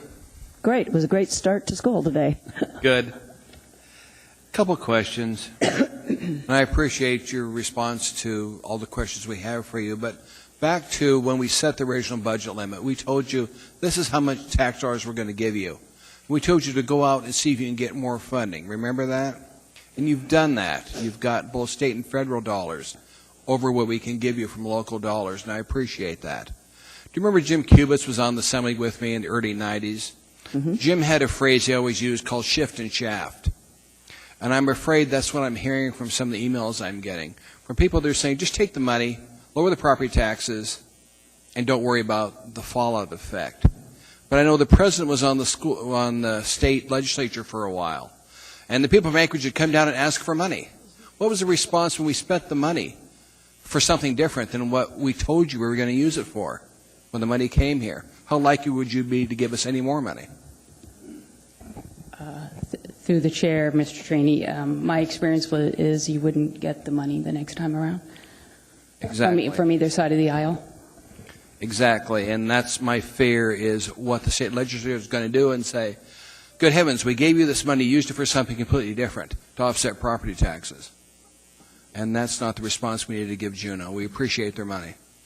Thank both of you for being here. Thank you. Mr. Starr.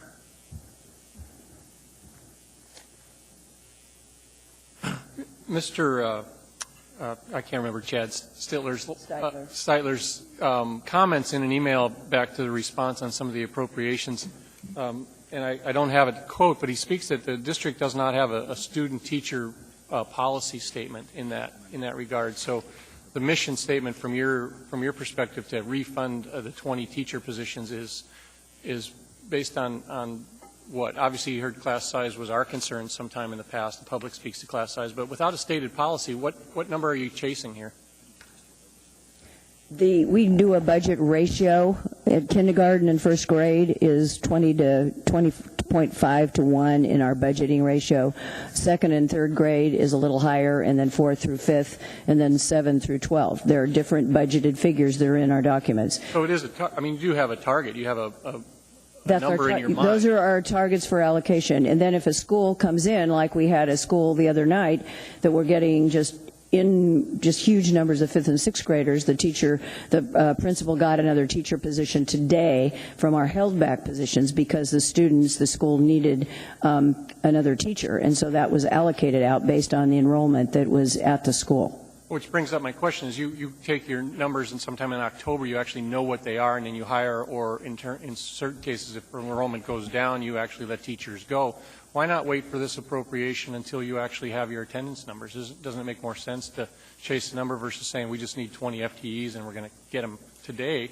My knowledge basis would say when we know the appropriated number, you might need more and you might need less. Well, Mr. Starr, I would tell you, and I know this has come up before, we do not allocate all our staff until the enrollment justifies it. We know we will not get the state revenue on the base student allocation until our enrollment is solid, and so we're very thrifty with holding back our teaching positions. But where we see the need, we feel it's better to allocate the position out and get kids off to a very good start to school rather than waiting to the middle of October when the count period's over. And that's strictly your call, as it was to raise the teacher ratio back in when we approved the budget. The appropriation directly to the TERS and PERS, the 8 point some million.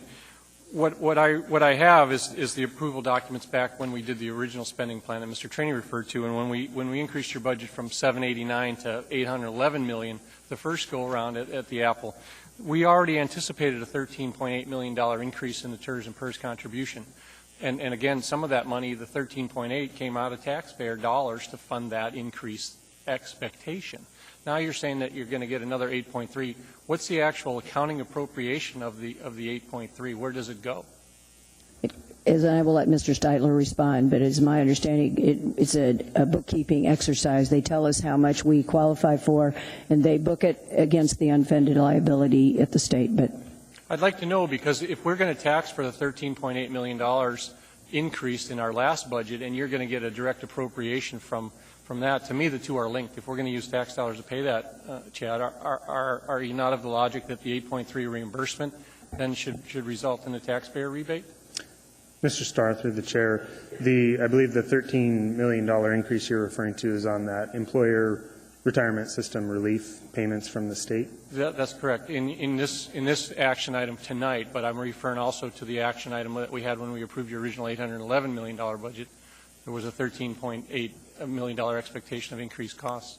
Correct. And so altogether with this increase tonight, as well as the prior increase from the year before, it's just about $100 million that the state is funding through the school district on behalf of the teacher retirement system and public employees retirement system. There's no local taxpayer share of that. There's 100% of that funding is funded by the state.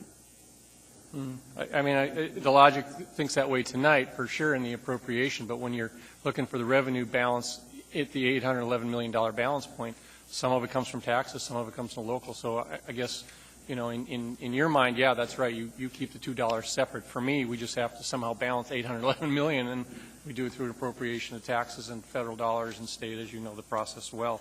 So I'm challenged by that. And it's not a debate necessarily. It's sort of an information gathering statement here. The technology refresh statement came as a decision that your board, your BAC, and some of the others put for back in the $811 million approval was to back out some $2.8 million of technology refresh decisions. What we have next meeting is an appropriation of the capital. $13 million has been approved in the capital plan, and it goes to things that speak directly to technology upgrades. CLAD Elementary classroom technology, $62,000. Mirror Lake Middle School computer upgrades, $120,000. Yeah, no, I know. So what are we doing here in the appropriation tonight for technology refresh that's not going to already be taken care of in your capital request plan? And I mean, it's a fair question. Go ahead. I'll take a shot at it. The money in the budget today was focused on computers that aren't serviceable anymore. It's not even a refresh, but it was getting, and as we joked at the board the other day, it now is the case that we don't have any computers that are older than our teachers. So we're at kind of the 20-year mark, I think, of our oldest computer in the system. So that will go towards that. When the legislature does appropriations, at least it was my experience, that goes to that school for the technology needs that they see fit. It's not necessarily for a refresh.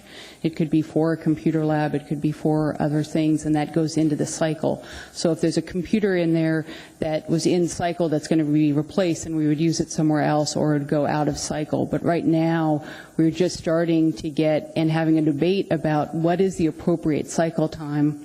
The industry will tell you 5 years, but it's also to the benefit of them to say that. I read your justification for the appropriation tonight, but I'm flummoxed with the lack of perhaps consideration or tie into the fact that there's several $1 million worth of appropriated money coming at you probably in 2 weeks when the capital disbursement happens. So, we have to be careful that we ask, but we also have to be careful we don't ask twice. So did you when you realize, Ms. Como, maybe the board was in flux because of the elections, but did you realize that when your $811 million budget was what you were going to get from our approval, did you go back down and say, hey, let's ask through the capital? And now, are the needs being met twice? No, we vetted all those legislative requests from the schools, went through our process, and we submitted them in January. But many of them are for whiteboards and peripherals, assistive technology, in some cases for special education students. The technology refresh that the School Budget Advisory Commission 5 years ago started to say, you need to get on a refresh cycle. And I think that's what Ms. Agosti-Giesler was talking about.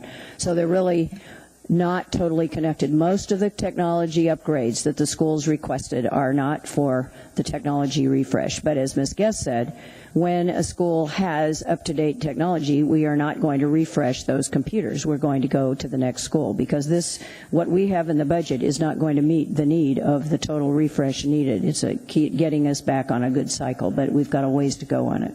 Well, yeah, 2.3 million is what we modified in the $811 million budget, and you're getting, again, it's just hard for me to know that the two spell the same. And you're talking about the interactive display technology, but right underneath that you have a listing for technology upgrades and buying computers at that same school. So, I mean, it's a fair question that we just don't, take advantage of Juneau's generosity as well. So, I know we're still in public testimony, and I have a few more that I can perhaps ask as we close.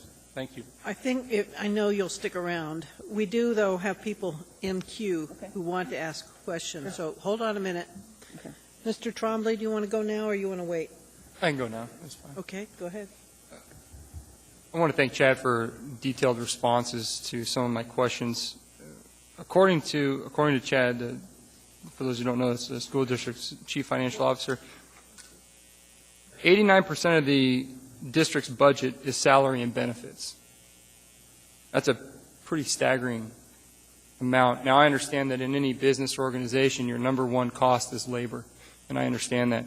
My question is, why would you take $6 million of one-time money to pay for additional teachers, which is your number one cost of your organization, to when you have to make budget cuts, and this is true in the private sector or in the public sector, the first place you go is labor in order to reduce your costs. And obviously with an 89% of your budget being salary and benefits, that's the first place you're going to go. So why would you spend money on teachers to only turn around and lay them off when you say you have to cut your budget?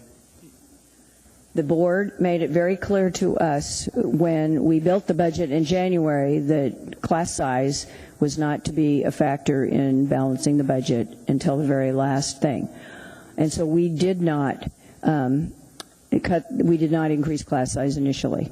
A board member then made a motion to add back other positions in the budget and raise the class size. That was not the administration's recommendation, but that did pass the board on a divided vote.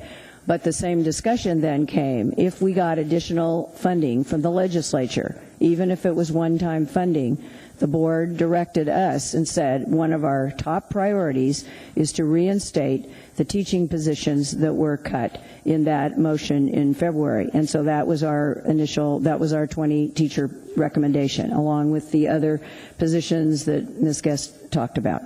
And so consequently, we still believe for 1 year, it's better to have 20 more teachers in the classroom. And if next year when we bring the budget to you, if we've reduced the number of teacher positions, whether they're layoffs or a reduced number of positions available, that will be the recommendation, as it has been with us every single year. We turn over about 190 to 250 teachers every year, depending on what's going on. People retire, people move, so forth.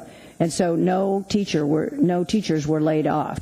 And that isn't to say that it won't happen in the future, but we believe this is a responsible recommendation to meet the needs of the students we have today.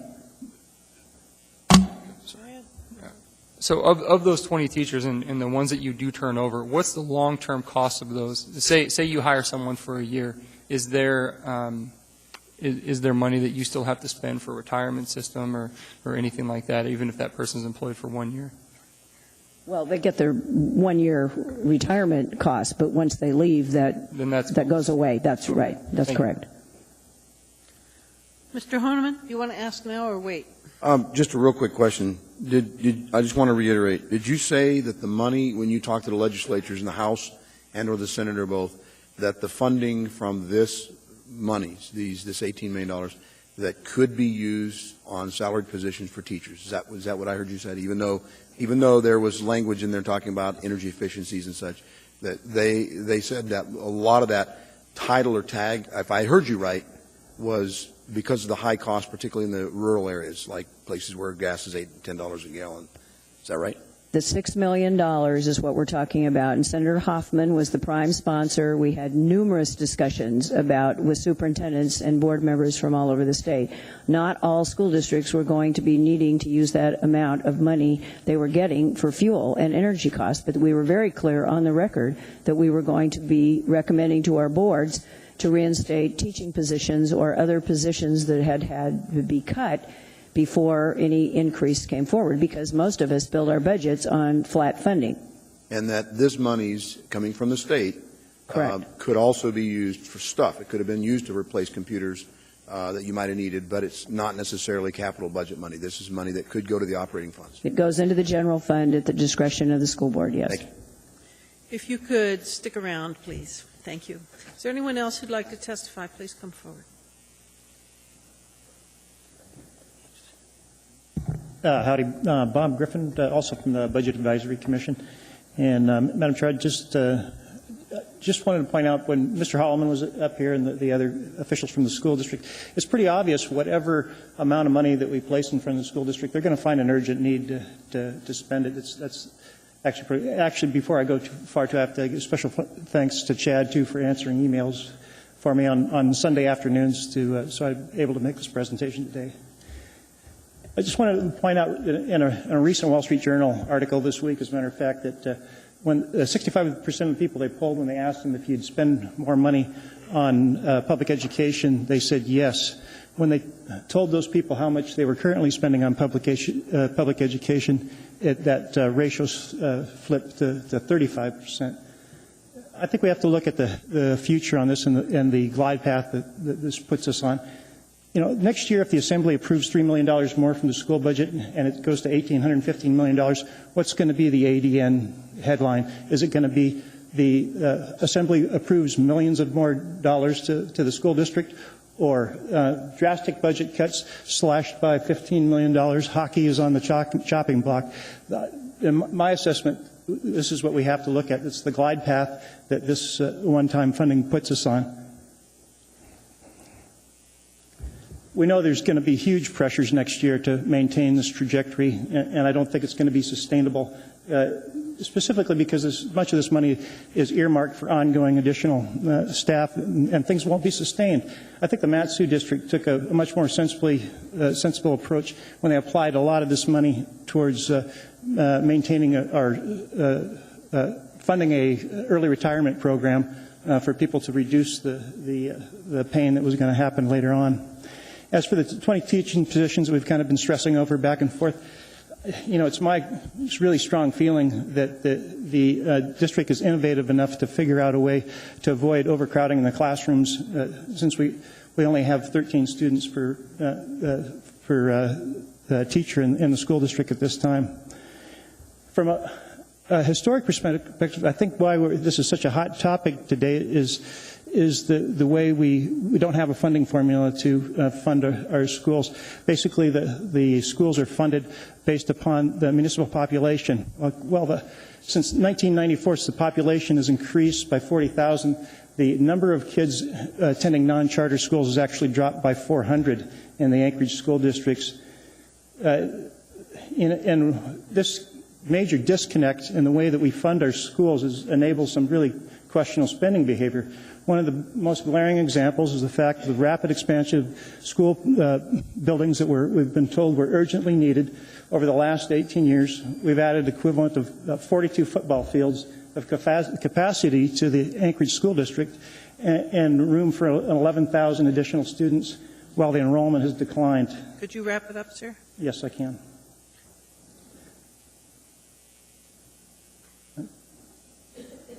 I know we all want better results for our kids. We also understand it takes to get great results, we have to generously fund our schools. Though it's pretty obvious that we can't continue down this path. The cost of the local taxpayers has been exploding to the point of 1994 we spent $1,600 per student. And in 2010, we spent $5,400 per student in our local funding formula, and that's a 233% increase in per student cost in the Anchorage School District in a time frame when inflation was 48% and the state contribution has gone up 55%. Thank you, sir. Thank you very much. Anyone else?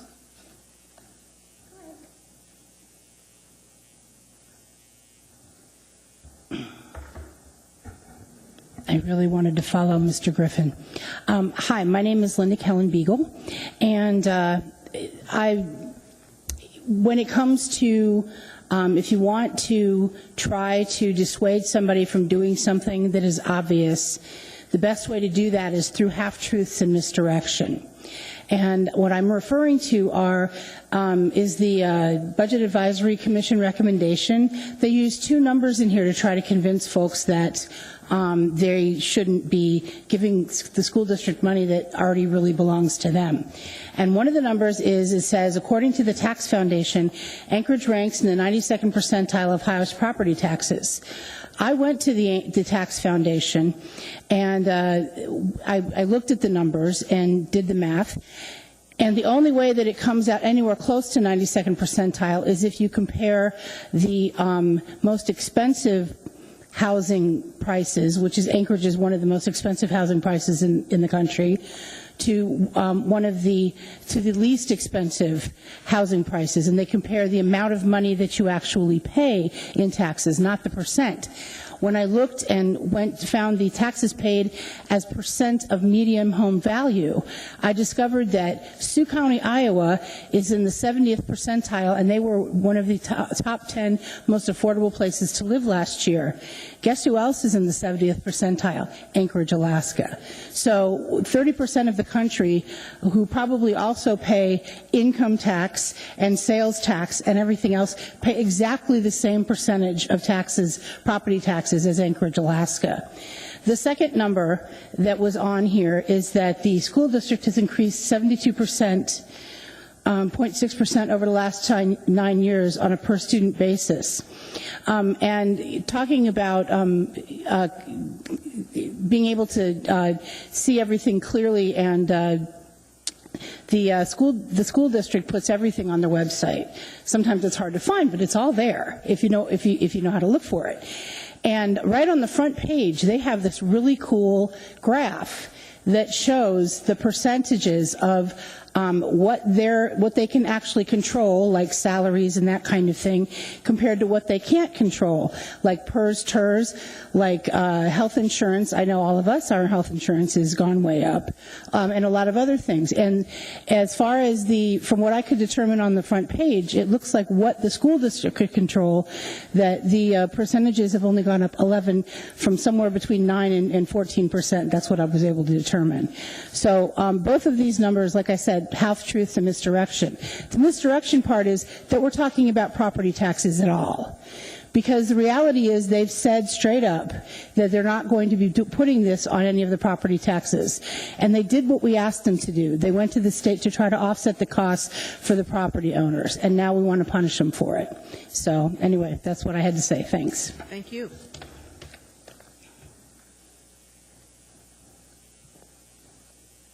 Good evening. My name is Amy Demboski, Demboski. And I am a member of the Budget Advisory Commission, and I do support their recommendation. Mr. Trombley hit right on the head when he was talking about the reoccurring costs of the new teachers that are going to be funded. And I do state new teachers. These aren't teachers that had been cut previously. But I would submit, Mr. Trombley, that the number is far greater than that. If you count the actual specified number of positions that are going to be injected with this added money, it's more like 35.4, but a realistic person could actually assume the number is actually closer to 45 to 50 positions. And the reason I say that is because some of the staffing issues, they just say staff in their document. They don't specifically say how many. Some of the CTE positions that are going to be, some of them right now, some of the teachers teach non-CTE classes, and they wanted to transfer them to fully funded CTE classes, and that would imply to me they need to hire more teachers to teach the classes that they already are teaching.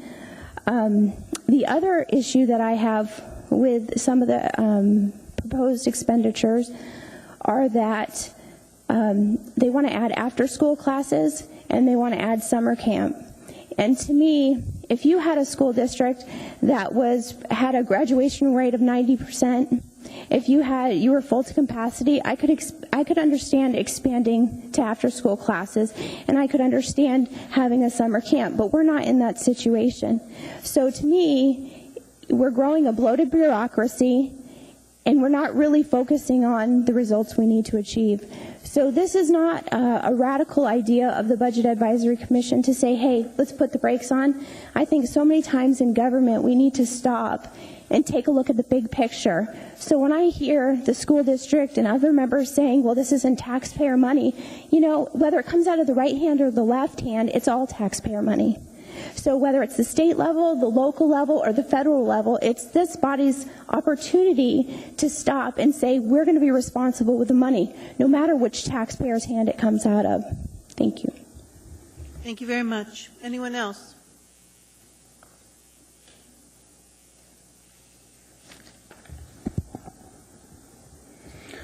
Richard Braun. That was the most unimaginative presentation I think I've heard from the school district in a while. When they get asked questions, no, we didn't look at this. No, we didn't look at that. Oh, yeah, we didn't look at that either, because all we want to do is spend the money we found. And I think this whole package, when I tried to read through it online a little bit, I got a little dizzy from the circular arguments in there and the repetitiveness of it all and the redoing of the same chart over and over. To me, that's the old game of, well, if you can't impress them with your brilliance, you baffle them with something else. And I think that's what this is bordering on. Why can't we be a little more imaginative that this money's being allocated for, let's say, fuel assistance? Why don't we do a little prepaying of fuel for some of our vehicles in the school district? Put the money where it was intended to go. How about deferred maintenance? Man, I hear all the crying and whining about deferred maintenance, and we got 10 years worth of deferred maintenance, which is an O&M kind of thing. I don't hear a word about maybe we could do a little bit of maintenance and make our buildings last longer and repair them earlier instead of later when they're so bad we have to tear them down like Clark. How about we're putting money in PERS and TERS? Why don't we put a little more? We've got a huge debt. Between construction and PERS and TERS, isn't it like $1 billion we owe? Why can't we use some of this money to maybe head off all the interest that we have to pay on all that debt? Let's put the money in the PERS and TERS. We know we owe it. Why don't we put it there? I understand, right, that we're going to hire somebody for a year to do reporting on stats that's due next month? That doesn't add up. All we're doing is hiring people because I guess we like hiring people. The commission says no. The commission sounds to me like they thought it out, investigated it, researched it, asked questions, and came up with a pretty good recommendation. I sure hope we at least use it and not just dismiss it as, okay, we did a study, now we're going to do what we've already decided, because I got the feeling this is already a cooked deal. Arnie Duncan announced he's going to issue waivers for No Child Left Behind. I guess the workload for No Child Left Behind is going down. Maybe we can let some people go in the No Child Left Behind business. I don't know how many we got in the central office, but maybe we can get rid of a few. One-time money, you're just setting up the next superintendent for the biggest crying session next year, for bond issues, for a new budget, for, oh, I can't do this and I can't do that, because the budget is so high and it's going down because the one-time money's gone and I don't know what I'm going to do. Why would you do that? You're going to hire somebody to go into a known deficit, and then you're going to add these millions to it? Nice. This is unimaginative. It's a waste of money. It's like a pack of wolves fighting over one scrap of moose that they found in a snowbank. Thank you. Anyone else? Good evening. My name is Allison Van Eck. I'm a parent. So far, I've heard lots of people with lots of titles this evening, and none of them, except for Ms. Drummond, has mentioned that they had any stake in the school district and how these funds are being distributed. Something that struck me when I heard somebody speaking ahead of me was the 65 to 35% change of heart on a phone survey. It strikes me as sticker shock. Put big numbers toward anybody who doesn't deal in big numbers, and of course those are huge numbers. That just struck me. Anyway, the point that I'm trying to make here, what made me want to stand up and say something was, I happen to know from having worked in oil companies and in accounting firms and in other places that we hire out of state a lot. A lot. Anchorage Economic Development Corporation's most successful video, a lot of money was spent trying to help companies recruit out of state. And that is pathetic. We have an excellent school district. I know that Carol Como herself has put herself on the line to push these Educate Our Kids Now initiatives so that they will be available for these jobs when it comes around. 20 years passes pretty fast. And so far it seems to me that, okay, yes, there are questions about how this money will be spent, but then it's also brought up that there is a group of adults known as a school board that are directly tied to this money and how it should best be spent, who could be trusted to do their jobs. Is that what they're elected for? Is that why we put them there? They have an understanding how these funds should best be spent. It would be my thought. Isn't that why we put them there? So wouldn't it make sense to let them decide on some of these monies that aren't currently allocated? I say a technology refresh is a good idea. My 4-year-old daughter was picking up my iPhone and learning her ABCs on it. It just says that it's the way. It's the way it's going. We need to foster this. Or we'll just stay behind in the rankings on science and mathematics like we have been for the last decade. And at this point, Alaska is standing behind that even, because we have to recruit out of state for jobs, for drilling jobs, for roustabouts. Really? For warehousemen? We have to recruit out of state for that? I know that the percentage where I used to work was about 40% out of state. But we don't want to fund our schools? We don't want to give them the proper technology? I think the school board can handle their jobs. I think they can decide what needs to be spent. I think we need to fill these gaps as we can, because everybody at this point in government is panicking. Where's the next dollar going to come from? And that goes everywhere across the board. So as long as we can fund our schools for another year, so another generation of kids have one more year of just that much competitive edge, I say do it. Because we've spent a lot of money on a bunch of crap. Just a minute. Instead of kids. Got a question for you. Yes. Mr. Starr. The other side would say that we are spending, and I don't want to throw numbers at you because you've obviously been overwhelmed with numbers as you read. I didn't sit down and read the budget. So. Well, we do. All right, I do. Let's put it that way. 3 cycles ago, the budget was $721 million. We're increasing it, if we act tonight, to $835 million. So when you do 835 minus 721 in less than in 3 budget cycles, isn't that an investment? And when do you say wait a minute. Well, I would be interested in how those increases were divided amongst operating versus, other one-time expenses, capital expenses. I've heard a lot of money thrown at retirement stuff, and, clearly I did not sit down and do the budget. I was here to speak on another matter this evening. But as a parent, I thought, this kind of applies to me, and I haven't heard a parent stand up yet and say, wait a minute. We're throwing money at all kinds of things, including the retirement. Yes, you're right. I didn't look at the budget, but I would be interested before I make some sort of a comment in retort to see exactly why we've increased, what we've increased upon. If we have a computer in the building that's 20 years old, that's a problem. Great. Thank you. Appreciate it. My thought. Just a minute, ma'am. Mr. Franey. Thank you, ma'am. Just that what we do here is we set the total dollar amount. They're responsible on how they spend the money. Right. So we don't get into the items specifically. All we do is set the dollar amount. Sometimes we on our end forget that. So thanks for being here. You're welcome. Thank you. Anyone else? Good evening. My name is David Boyle, and I'm here tonight speaking as an individual. Chairman Osiander, Assembly members, Mayor Sullivan. First of all, before I start, I want to tell you a story. A gentleman came up to me 3 or 4 weeks ago on his own, and he says, I'm mentoring these two 20-year-olds. They are graduates of the Anchorage School District, and I'm trying to help them to get some more on-the-job training, find a job, get a skill. So he took them down to the local recruiter, and they took the ASVAB test. One of them scored a 22. That's out of 100, by the way.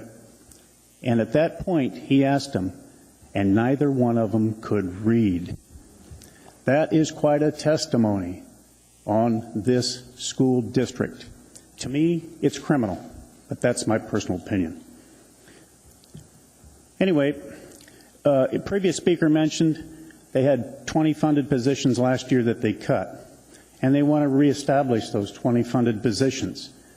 I'm not so sure they were going to hire teachers on those positions, but at least they get the money for those 20 funded positions, which is a great place to squirrel away money if you want to use it for something else.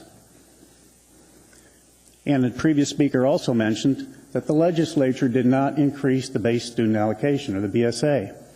And having been an addict of gavel to gavel, I can tell you why.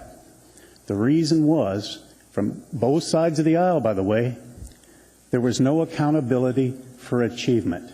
In other words, throwing money at education is not working. I'm here to speak against the $6.1 million and for the recommendation of the Budget Advisory Committee.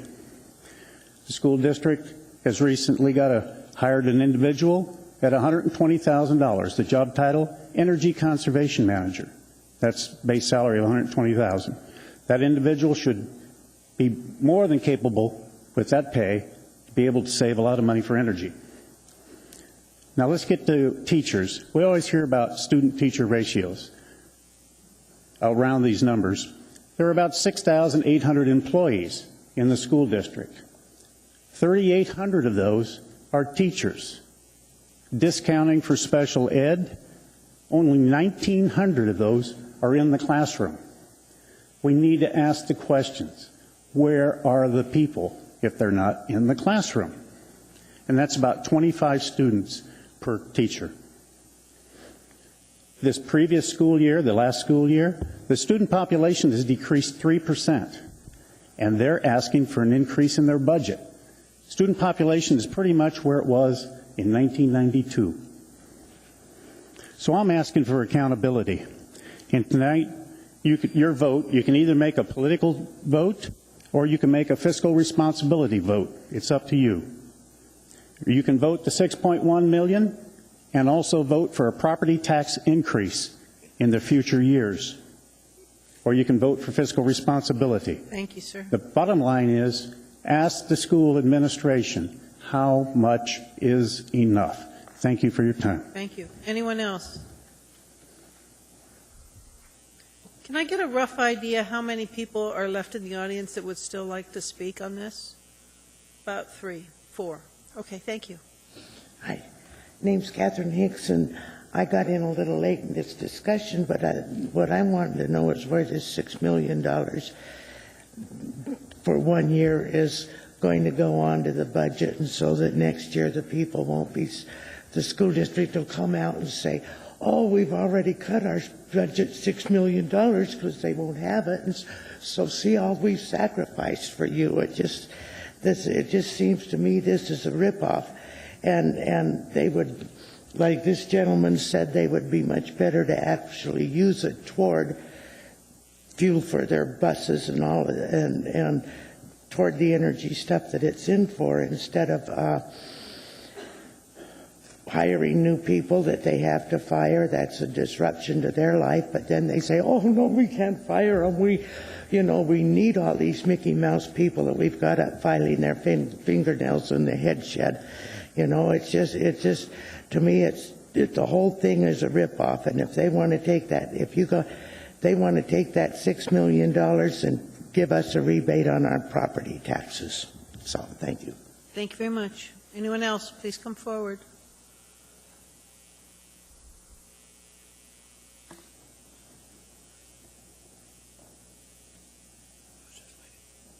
Do we do a disclaimer at this point, Mr. Trainer?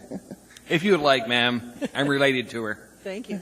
Go ahead, Sandy. I am Sandy Trainey. I am a parent. I am a grandparent. I am an educator. I am one of that 89%, Mr. Trombley. I had lots of thoughts running through my mind as different people spoke.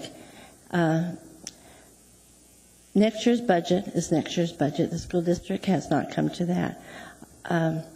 And they start over and look at it all. I don't know how much time the Budget Advisory Commission spent on this, but in previous years, I was, for several years, part of the Citizen Advisory Committee on when we spent months going through one department. And had different groups going, and we spent, I think, 3 or 4 months of that time going through and looking at and really thoroughly understanding the budget. The classrooms, that 89% is the vital part. I think it is looked at different than businesses. We are the ones in the front line. We are the ones working with the students. And so, of course, the district is going to be looking at teachers different than a business will look at their employees. But I think the bottom line comes down to is this is money over and above what the city has allotted for the district, and that the district is trying to use the money in the best way that they got over and above. And the bottom line is the assembly sets a budget. They do not go into all the things. And I'm sure we can all, I personally could probably find things I'd rather spend money on in the district itself or see as a priority. But it has to be a balance.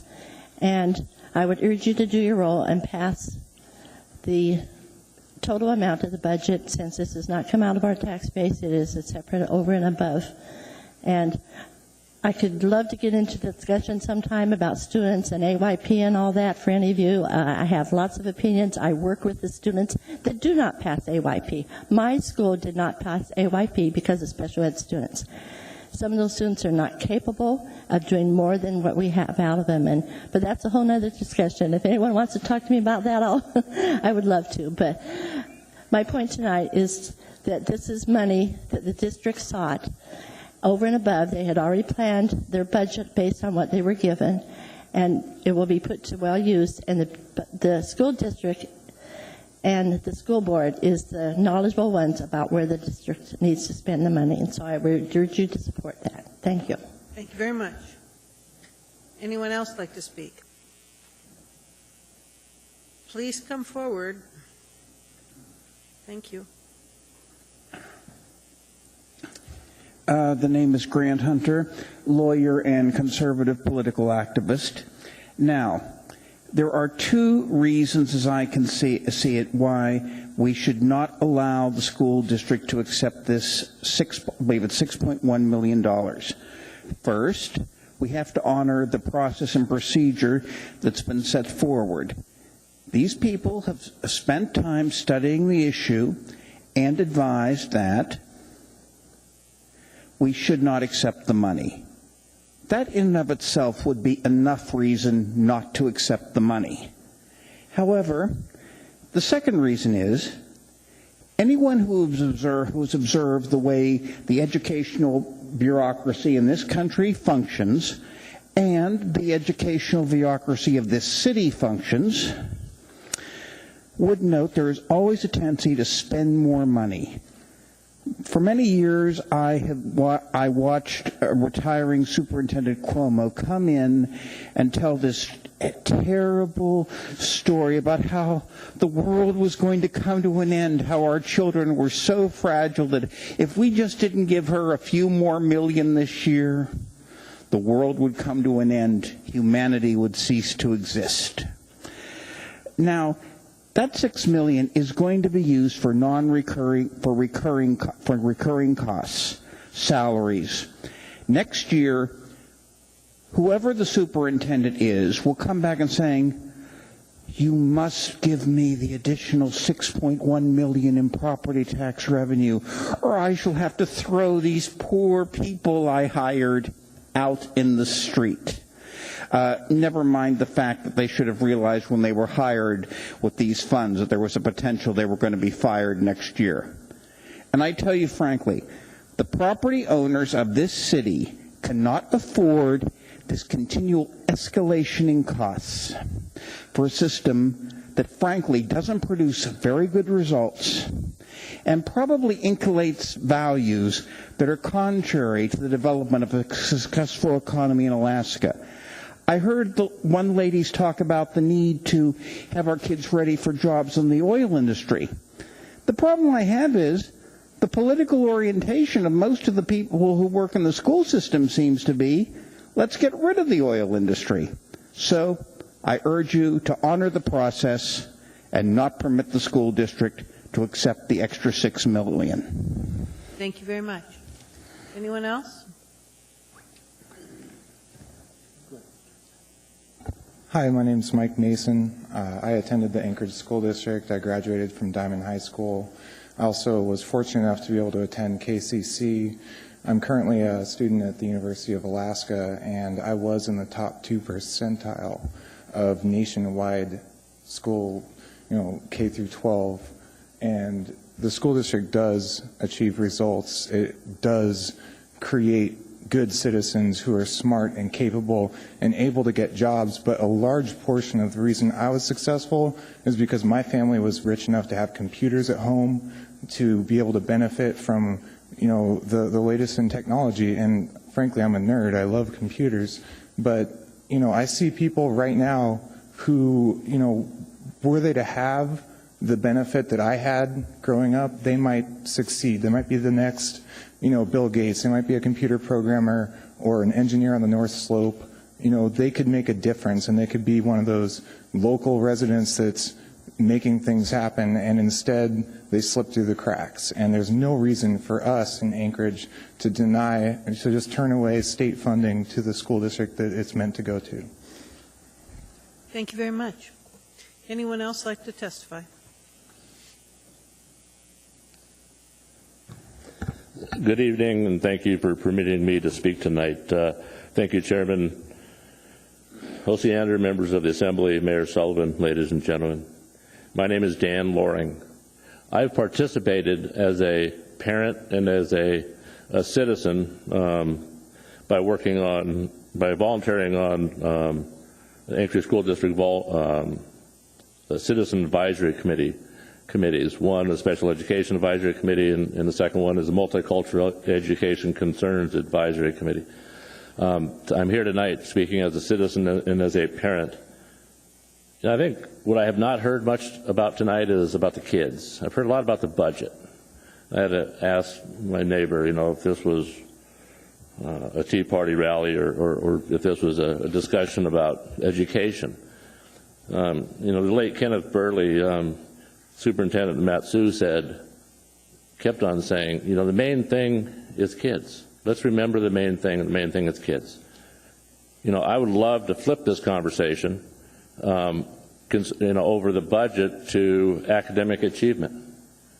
I participate, I go to public meetings, and I don't see the participation that we need to become a great school district.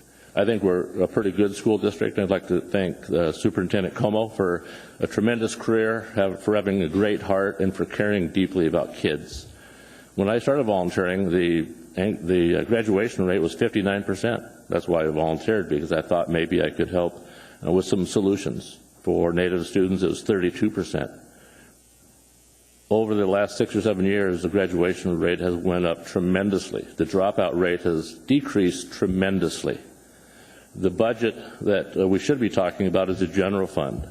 The general fund has generally increased over the last 10 years because of salary compensation increases to offset inflation.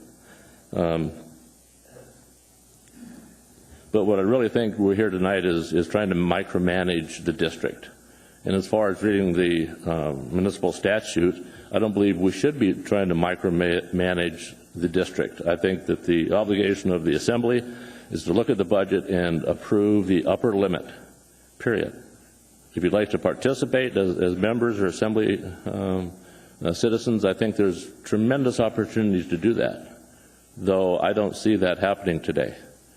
We have a tremendous opportunity to increase academic outcome and be recognized as the best school district in the nation. The mayor has spearheaded an effort to have an education summit this fall. Thank you, Mayor. Great leadership. But we need to come together as a community and come together and work hard to help kids, because teaching is really hard. Teaching all kids is really hard. And through collaboration, partnering, being helpful, we can become the best district in the country. But we can't do it with bickering, rhetoric, disinformation, and not being helpful. Thank you, sir. Thank you very much. Anyone else would like to testify?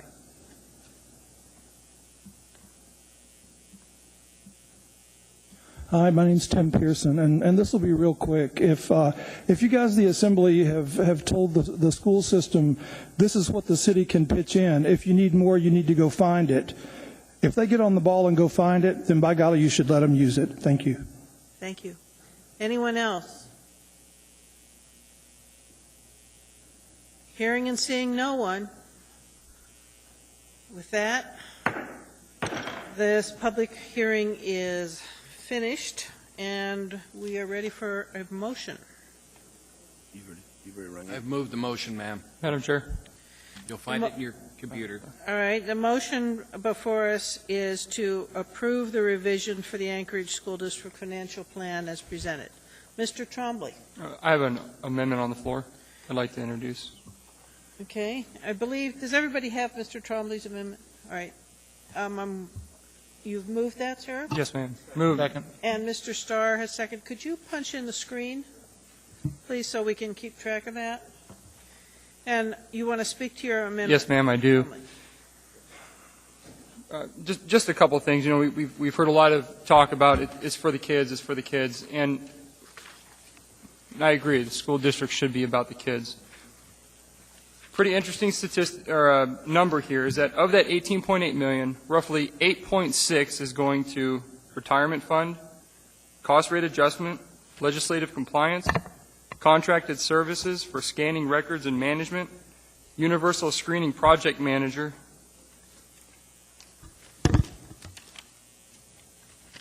audits, and an A&E statistician position. When it comes down to brass tacks, is that what we're talking about here is long-term fiscal stability. And what we're operating on when we look at the 6-year plan, whether the school district follows it or not, is that the assumption is that federal funds will continue to exist. If there's one thing we've learned, we know that the federal government has no money. The pipeline runs 6% empty every single year. The assumption is that the state will continue to fund at a consistent level. That's unknown. In going through all this, another staggering statistics number that we found is that in a state as wealthy as Alaska, with as much money that flows through Juneau, there is a $10 billion pension shortfall for PERS and TERS. Now, if that doesn't speak, now this is above us, but if that doesn't speak to the viability of your retirement system, obviously there needs to be some reform there. We can't get in that today. But, so my amendment follows the BAC's recommendation to reduce it by $6 million. It covers all the costs except for reoccurring positions, except for reoccurring costs. And this is about getting this budget, whether it's the school budget, and this is a word to the wise of the administration as you put together your budget. This is about stability and long-term fiscal stability, because if that state funding runs out, if that federal funding funds fall out, that's going to come back to one place, and it's going to come back to the local level, and we're going to be hit up for that. And I guarantee you we cannot cover these costs. And I'm not, I don't know if the sky's falling or Chicken Little. I don't, but the money will not continue on in perpetuity. That is a fact. And so at some point we have to roll back. Mr. Trombley, I wanted to clarify.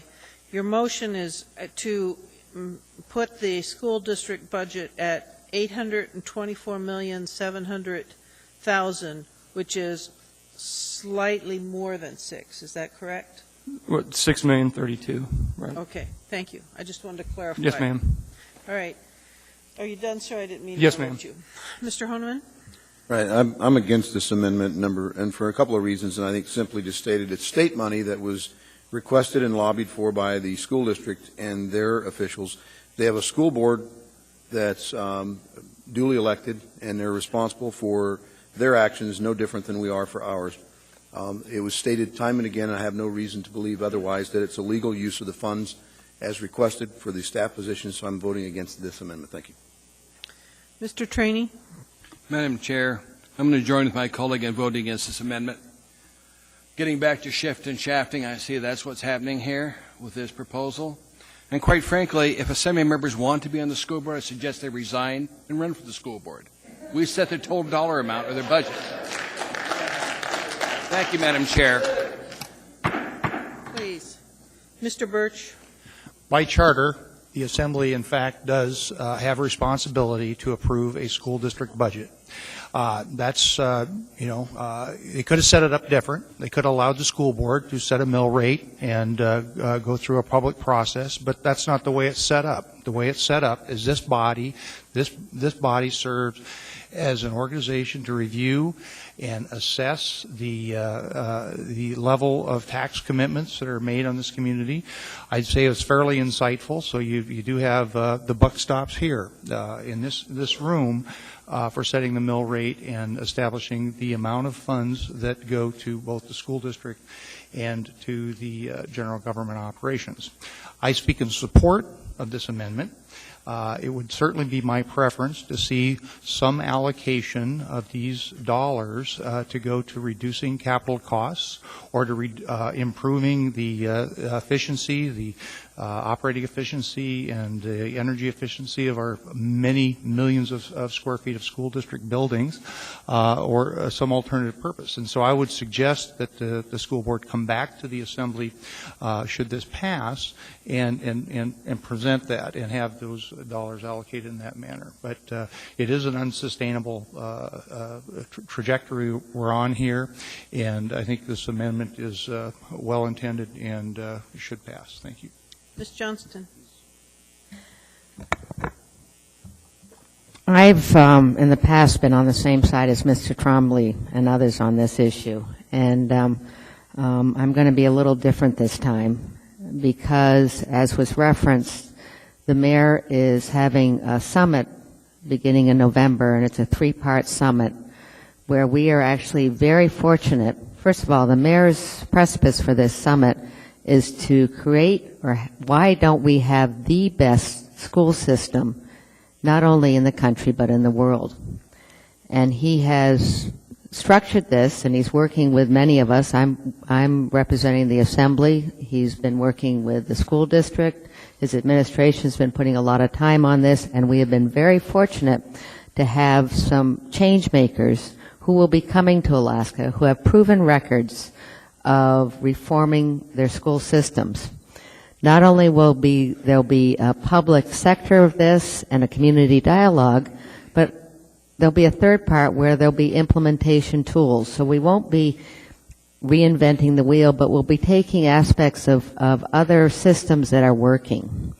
So as we go into this summit and as we work together as a community, I, at this current time, do not want to hamstring the school district any more than normal until we have a goal and we have the tools and we have the mission, the implementation, so that next year, when the budget comes in and when we have a new superintendent who also will be part of this whole process, we will be able to look at this in the terms that the BAC has been looking at it, the community has been looking at it, and I hope to get some of the answers that have been asked, of the questions that have been asked. But at this point, I really feel it's premature.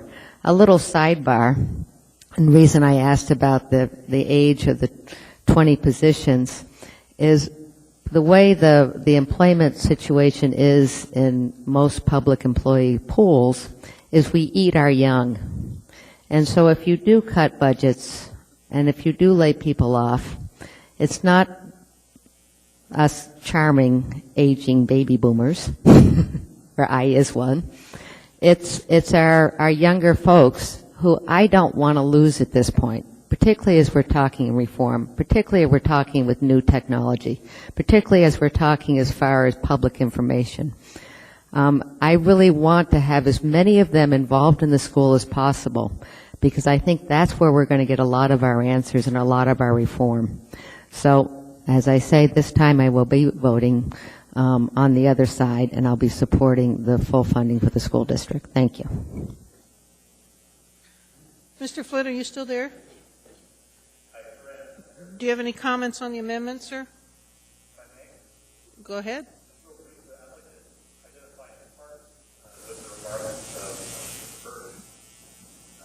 Isn't he correct to cite the Assembly as the source for setting the mill rate and determining the total amount of the school district's tax revenues and budget? And in fact, we did just that the past 2 falls. And if I recall correctly, he supported the Assembly's overall approach both times, as did all of us, with the exception of Mr. Starr and Mr. Trombley, who was not on the body at that time. So it seems to me the school district has done what we asked them to do, and to change course at this time raises some questions as to our ability to stay the course once we make a determination. Thank you, Madam Chair. Thank you. With that, seeing no one else in queue, please vote on the amendment before us. Mr. Flynn, how do you vote? No on the amendment. Thank you, sir. And that amendment failed 3 to 8. Thank you. We're back to the main motion. Mr. Starr? I just have 2 basic questions for whoever would like to answer them. Chad, you're probably skilled to do that. The CTE program that the ASD has, what's the funding level for it currently?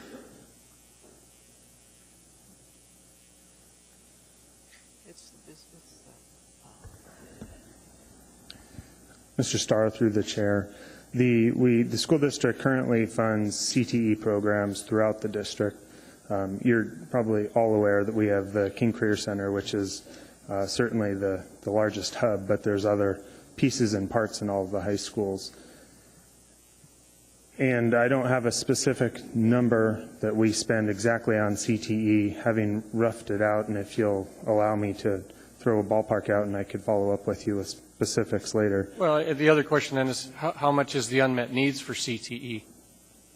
I would love to defer to one of the ladies to my left. Mr. Starr, through the chair, this has been one of the major priorities of the school board for the last 3 years, for sure.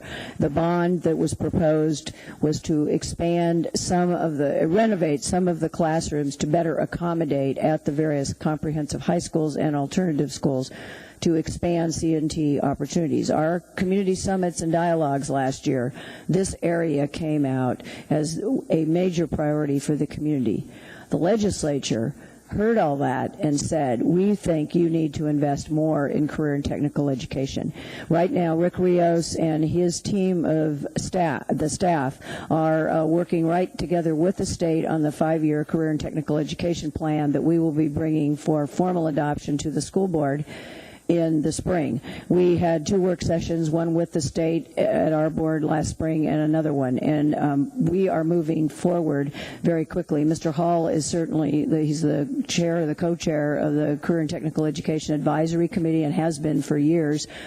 For the board, but it has really finally come into its own with this additional state funding, and because the federal funding in this area is diminishing. We don't really have a CTE plan, then you're still in the state of development for the 5-year No, plan. we have a tentative plan as we speak. It's expanding due to the fact that we have now got opportunity both with our capital, the bonds, and the new funding, but we already have a The reason I asked Chad plan. the question, Ms. Como, was because I didn't see it in your unmet needs from your budget review process that we did when we approved the 811. You've been very good about saying, here's, if we get more money, our service level will increase in this. It was very clear. But when you read the document which we approved, or you review the entire budget, it doesn't say this is an unmet need. That's why I asked the question. And so now we've got appropriated dollars, and we're technically not going back and meeting all of our unmet needs. That's not my question. We're basically addressing a new need, if you will, through this program. I don't believe it's a new need. I think it's a long overdue gap in our education program. What I saw was you never asked us to approve CTE money last budget cycle. You know, if it was a capital project through a bonding request, okay, but that's the voters to decide. You never came to us and said, can you give us that? And we never said back. I never personally said, if you want CTE funding, go to Juneau and get it. I want clarification on that. And if the number's there, great. One other policy statement that you're making, and I think it's the school board I'd like to address on this one, is you're not addressing the fact that we raised the revenues for the fees collected from every parent that enrolls their child and other things. And some of them are significant, and I've heard time and time again they're a burden. And that's what's happening this week. Go play soccer, write your check. Go do this. Why aren't you asking this money to be reappropriated to fees reduction or fees reset?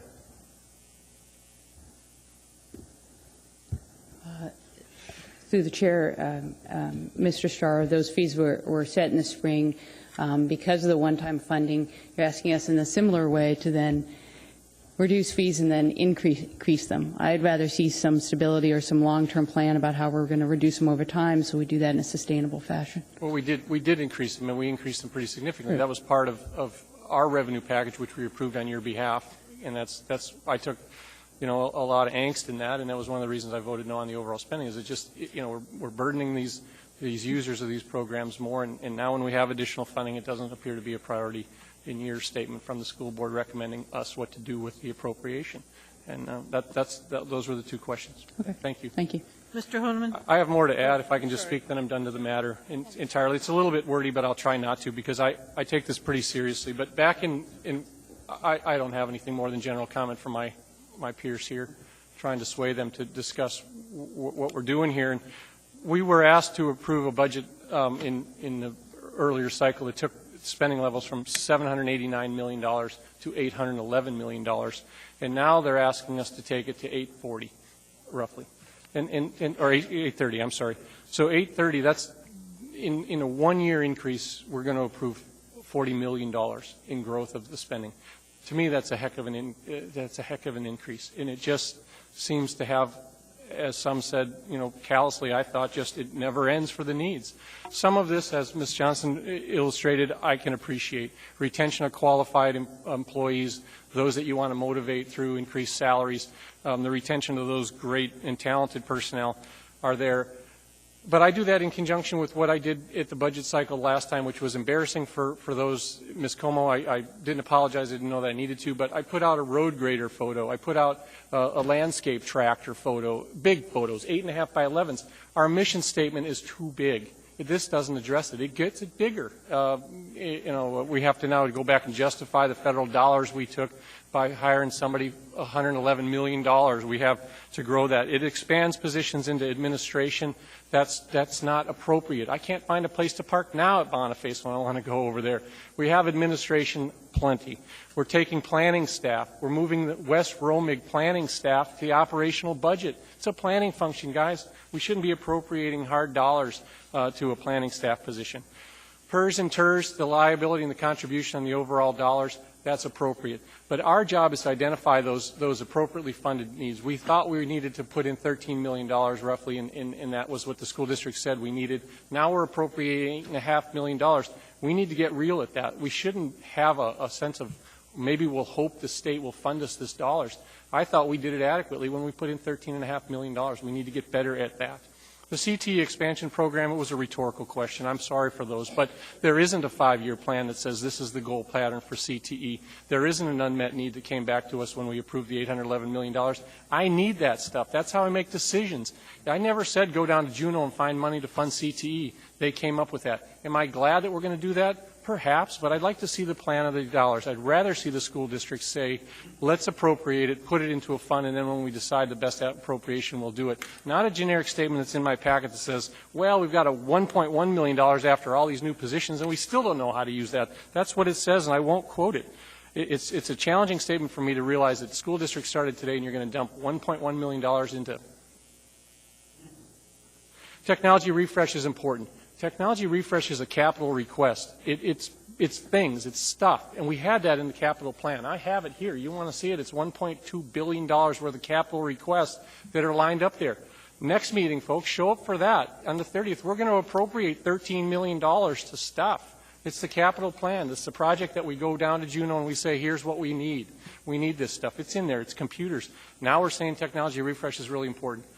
I heard it loud and clear, no question. Good priority question, but you're getting $13 million to do something with on the 30th of this month from us. You know, I don't see an application of an opportunity to reduce the burdens of the property taxpayer. That's what Mr. Birch was alluding to. Our debt service payments, $51 million of the taxes we collect go to service our debt for the school district. It's in your book. It says it right here. It's not qualified. There's another $40 million that we do on that side. That's direct property tax relief. We have only one way to do it. We can't get an appropriation from Juneau to pay down our debt. This is a good opportunity to do it, and we're not doing it. The school district's not suggesting we do it. To me, that primes the pump for next budget cycle to reduce the property tax burden.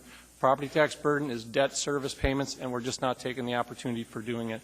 You know, I think we have a message to send down to Juneau that we take their appropriations willingly, but we do it with prudence and fiduciary responsibility. That's what I was elected to provide. And the fiduciary responsibility is to give it this look-see, to give it all that stuff, not just a matter of, well, we'll leave it up to the school board, we'll leave it up to that. That's not it. It's the checks and balances of government which we're applying here. And I think that Juneau will get the message that we do diligence when you give us money. We look at it and we look at how the spending is and we ask those hard questions to the other elected officials and they give us answers. I didn't support the budget back before when I went to $811 million. Mission was too big. We had classroom sizes. There was a whole host of issues. I can't support this appropriation. If you get it, I hope you put it in reserve. I hope you put it in a program management style that says, let's step back from the edge just a minute. Let's see what our enrollment is in October. Let's fund those positions appropriately and send that judicious message down to Juneau that we value that. Thank you. Mr. Honeman. I don't think I'll be as long as my counterpart here. And no disrespect to Mr. Starr by any means. But I heard testimony just this evening about a couple of things that stood point. And one is, I heard a lawyer who's educated, apparently. I don't know if you're educated, sir, up here, and I take no swipe at all. But I'm a family of 5, and most of my siblings are graduates of the Anchorage School District. One's a professional engineer working for a Fortune 500 company. I'm probably the black sheep working as a lowly elected official here in Anchorage after serving a pretty good career of my own choosing. I've got to tell you, this is a good school district, and it's a growing city, and we've been a growing city and a growing school system with a lot of challenges and needs. And I got to tell you, I make no apologies for taking our money, by the way, from the state, coming from the resources that we all own. And there are several districts in this state of Alaska who are either fully funded by the state or largely funded by the state and federal dollars, and their local taxpayers pay nothing. We pay a pretty darn good penny of our local taxes to input and ingest into the federal and state dollars, and I think it's a pretty wise investment because it's compulsory education, folks. We don't have a choice. The school district has to meet the needs and the challenges that they have. Now, I will say, in saying that, I said earlier, this is state money that was appropriated by our legislative body at the state level for these specific needs. There were questions asked by the school district when they lobbied for the funds. There were discussions made by all the superintendents.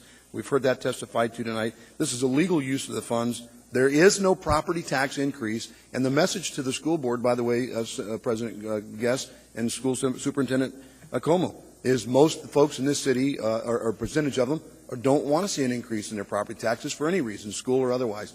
It's unfortunate, but it's true. That's the sentiment and feeling that seems to be growing amongst our city. And with that in mind, we need to be mindful about future budgets as well. And I know that you're up to the challenge. I know you're all worthy individuals who are duly elected and have that responsibility. You know, I got to tell you something. The big picture is it is all about the kids for me. This is money that was legally appropriated, and I have no problem. I urge support. Thank you. Mr. Birch. Yeah, I'm going to be a no vote on this. The frustration I have is reflected in the numerous communications, the emails, the phone calls from constituents concerned about the growth in the school district budget that we've seen.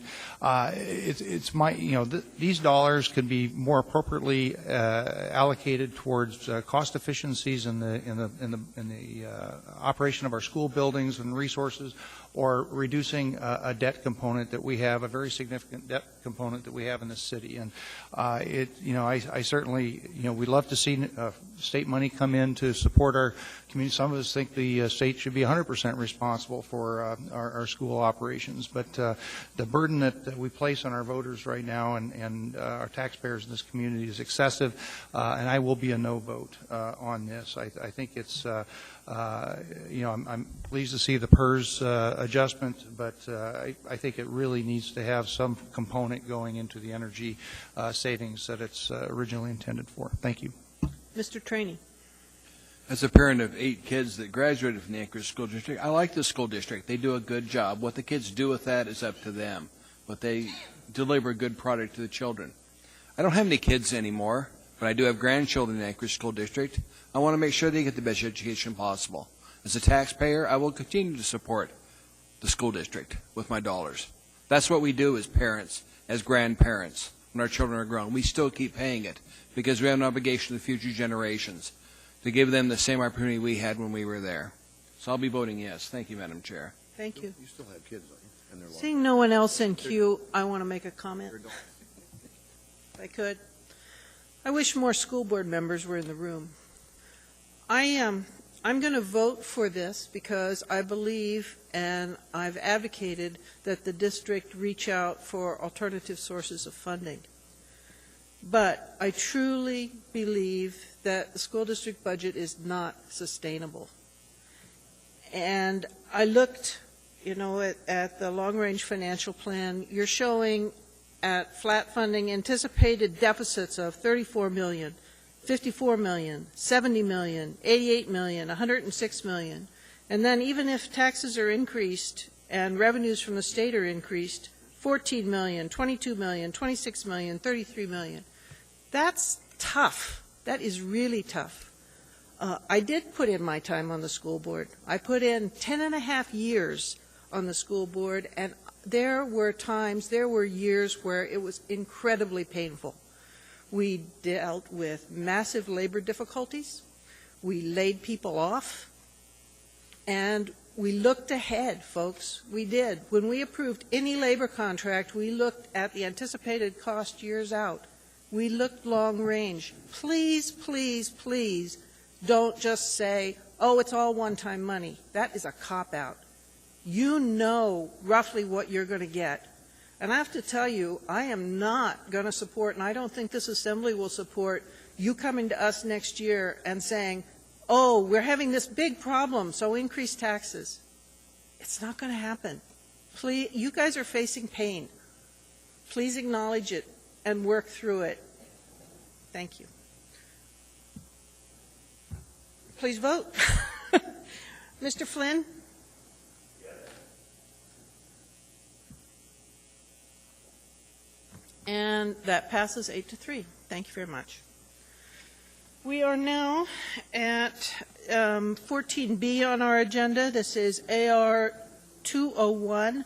This is a resolution of the Assembly approving an alcohol beverage conditional use for beverage dispensary license number 4750 for the Anchorage Billiard Palace. If you're here to speak to that item, please come forward. Is there anyone here to speak to that item? Yes, I see a hand. Yay, come forth. If you could exit quietly, we'd appreciate it. Hello.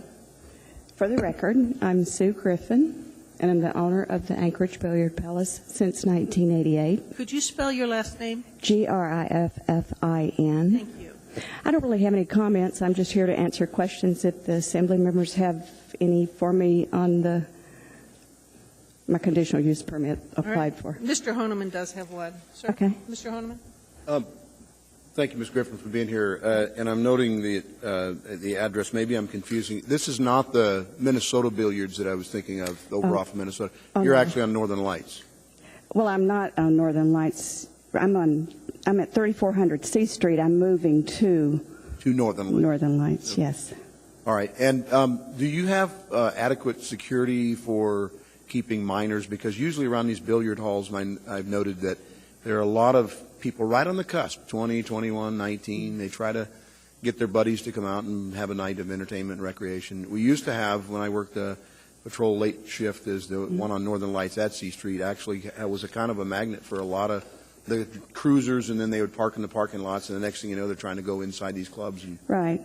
The two that you mentioned were underage pool rooms. Mine's, of course, has a full liquor license, and I've never had any problems with minors.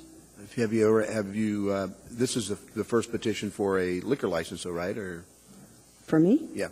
No, sir. So you haven't been ABC board, no violations at all? Oh, no. Okay. Do you have security? Since 1988. Good. Do you have security? Yes, I do. Okay, thank you. There appear to be no additional questions. Okay. Thank you. Thank you. Is there anyone else who'd like to speak to this item?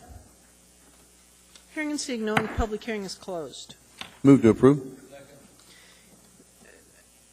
Could you push on the second? Okay. Thank you. That matter is before us. Is there any discussion?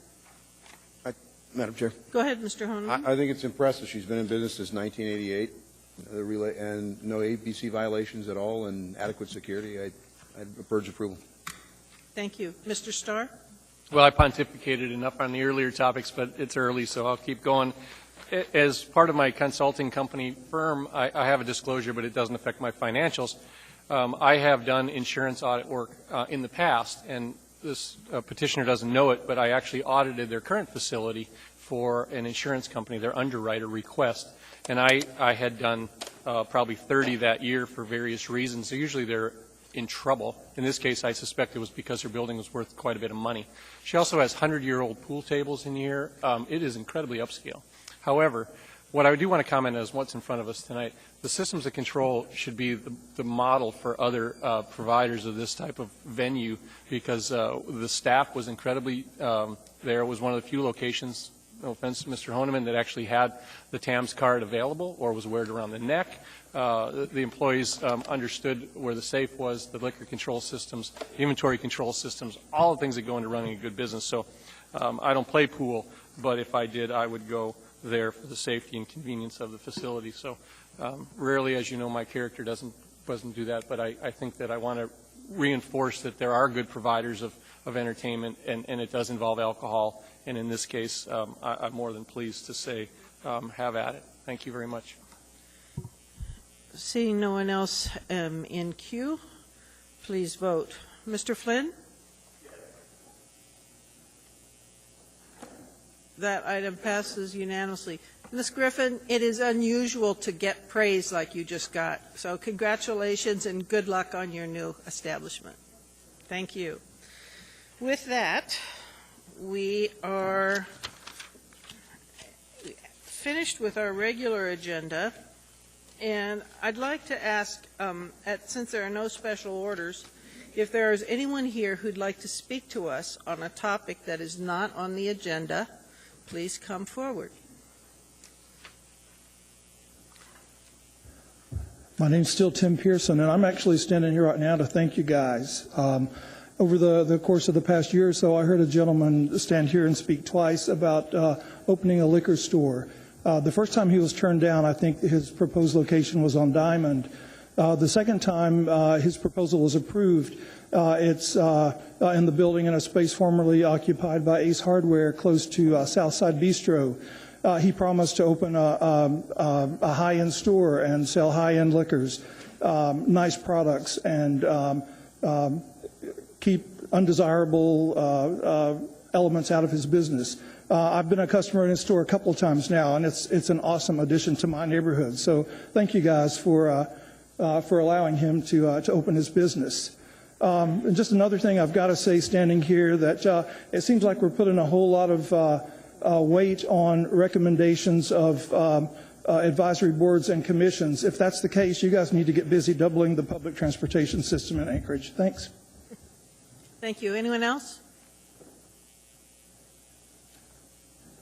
Good evening, Madam Chairman. My name is John Zazada. I'm with the Anchorage Neighborhood Health Center. During the second and third week of August every year... I'm sorry, you're going to have to spell that one. Okay, Zazada, Z-A-S-A-D-A. Thank you. Sorry. Go ahead. This is the time of the year when we celebrate National Community Health Center Week. The community health centers around the country are celebrating a theme of serving locally and leading nationally. And we're carrying that theme in Anchorage. We're thanking our almost 11,000 patients for making us their health center home, and looking ahead to our new community health center that will open next fall in South Anchorage, and looking toward our vision for the development of healthcare in the community. I wanted to make a real brief visit to the Assembly this evening. We got a proclamation from the mayor. We've been waving it around all last week. We are making great progress on the construction of the new health center. It will be enclosed by the time the snow flies. We'll continue construction over the winter, and we anticipate opening to serve patients sometime after Labor Day next year. We have a community capital campaign. Many of you came out to the groundbreaking for the facility in June. To date, we've raised almost $930,000 out of our final $2.25 million for the building, and are looking forward to having that project done as well. And finally, today, we submitted a proposal to the mayor's office for consideration for the 2012 budget for people mover services to the site. As many of you know, since we purchased this site on C Street in 2009, we've been looking for solutions to provide people mover transit to our patients that require public transportation. About 15% of our patients reach the health center by means other than a private car or a ride. You'll be hearing more about the specifics of that in the coming weeks. We look forward to working with the People Mover. We thank Lance Wilbur and his staff for working with us in preparation of our proposal. We look forward to meeting with Mr. Baker here soon, and look forward to answering any questions you might have. Thank you. They appear to be done now, but I think we'd all appreciate it if you could send us regular emails to keep us up to date on your progress. If you send them to the clerk, she can send them to all of us. Okay, will do. Thank you. Thanks. Hello, my name is Penny Burt, and I'm speaking as a patient of Anchorage Neighborhood Health Center. When I first became a patient there, it was the only choice. I was going on to Medicare, and there were no doctors in town who would take me as a patient. Now I am there by choice. There are other options available to me. This is the best place to go that I know of for medical care. And I recently got on the board, never having been on a board of anything in my entire life. I'm just new at this. I'm new at speaking to you people, and at some point I may come to speak to you asking for something, but today I'm only here to represent Anchorage Neighborhood Health and tell you guys what a great place it is to be a patient. Thank you. Mr. Honeman? I just want to say thank you, ma'am, Ms. Birch. Thank you for your willingness to serve, and thanks for your testimony. Appreciate it. You did well. Anyone else would like to speak? Please come forth.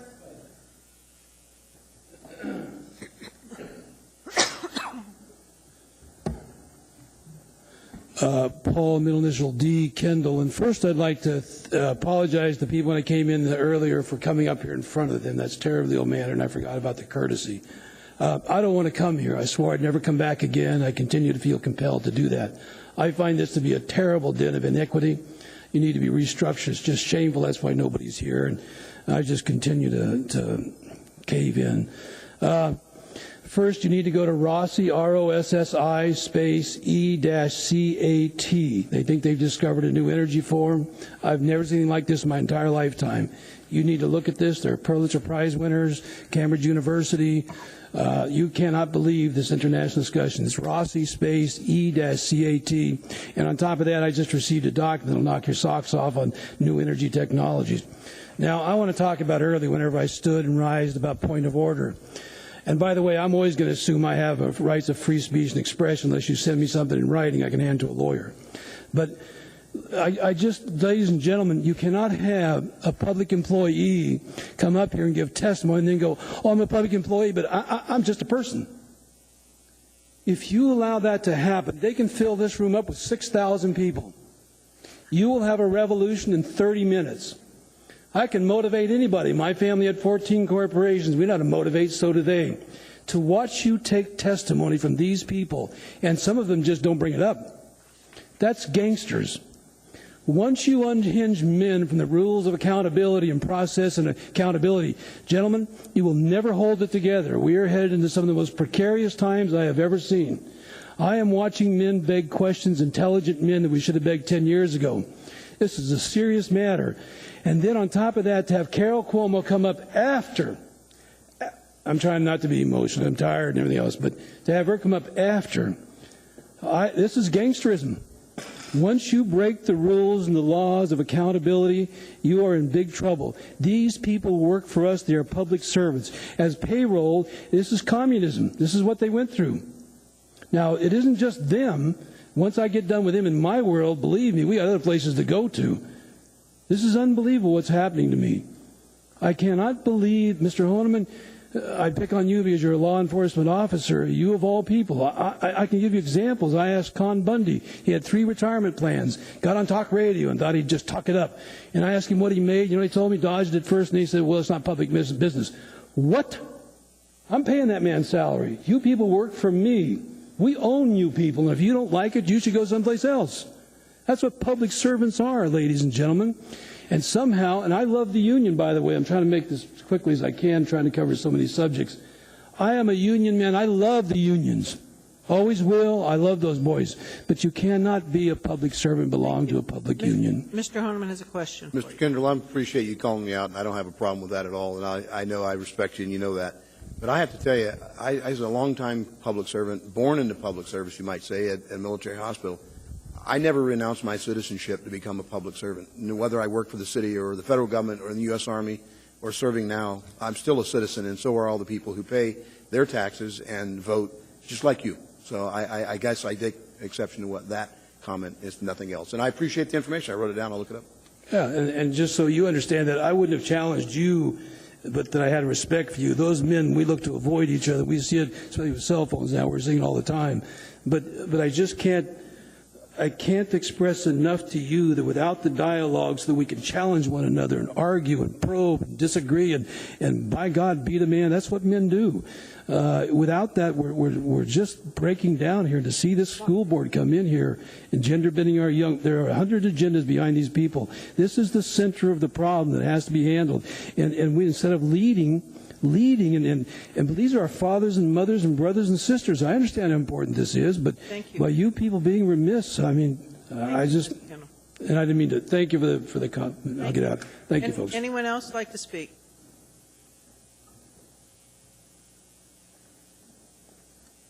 Hello, for the record, I'm George Wesley Hartlieb III, and I guess I own Squid Lab Graphic Arts, which does small graphic arts, and I've been a musician for about 10 plus years.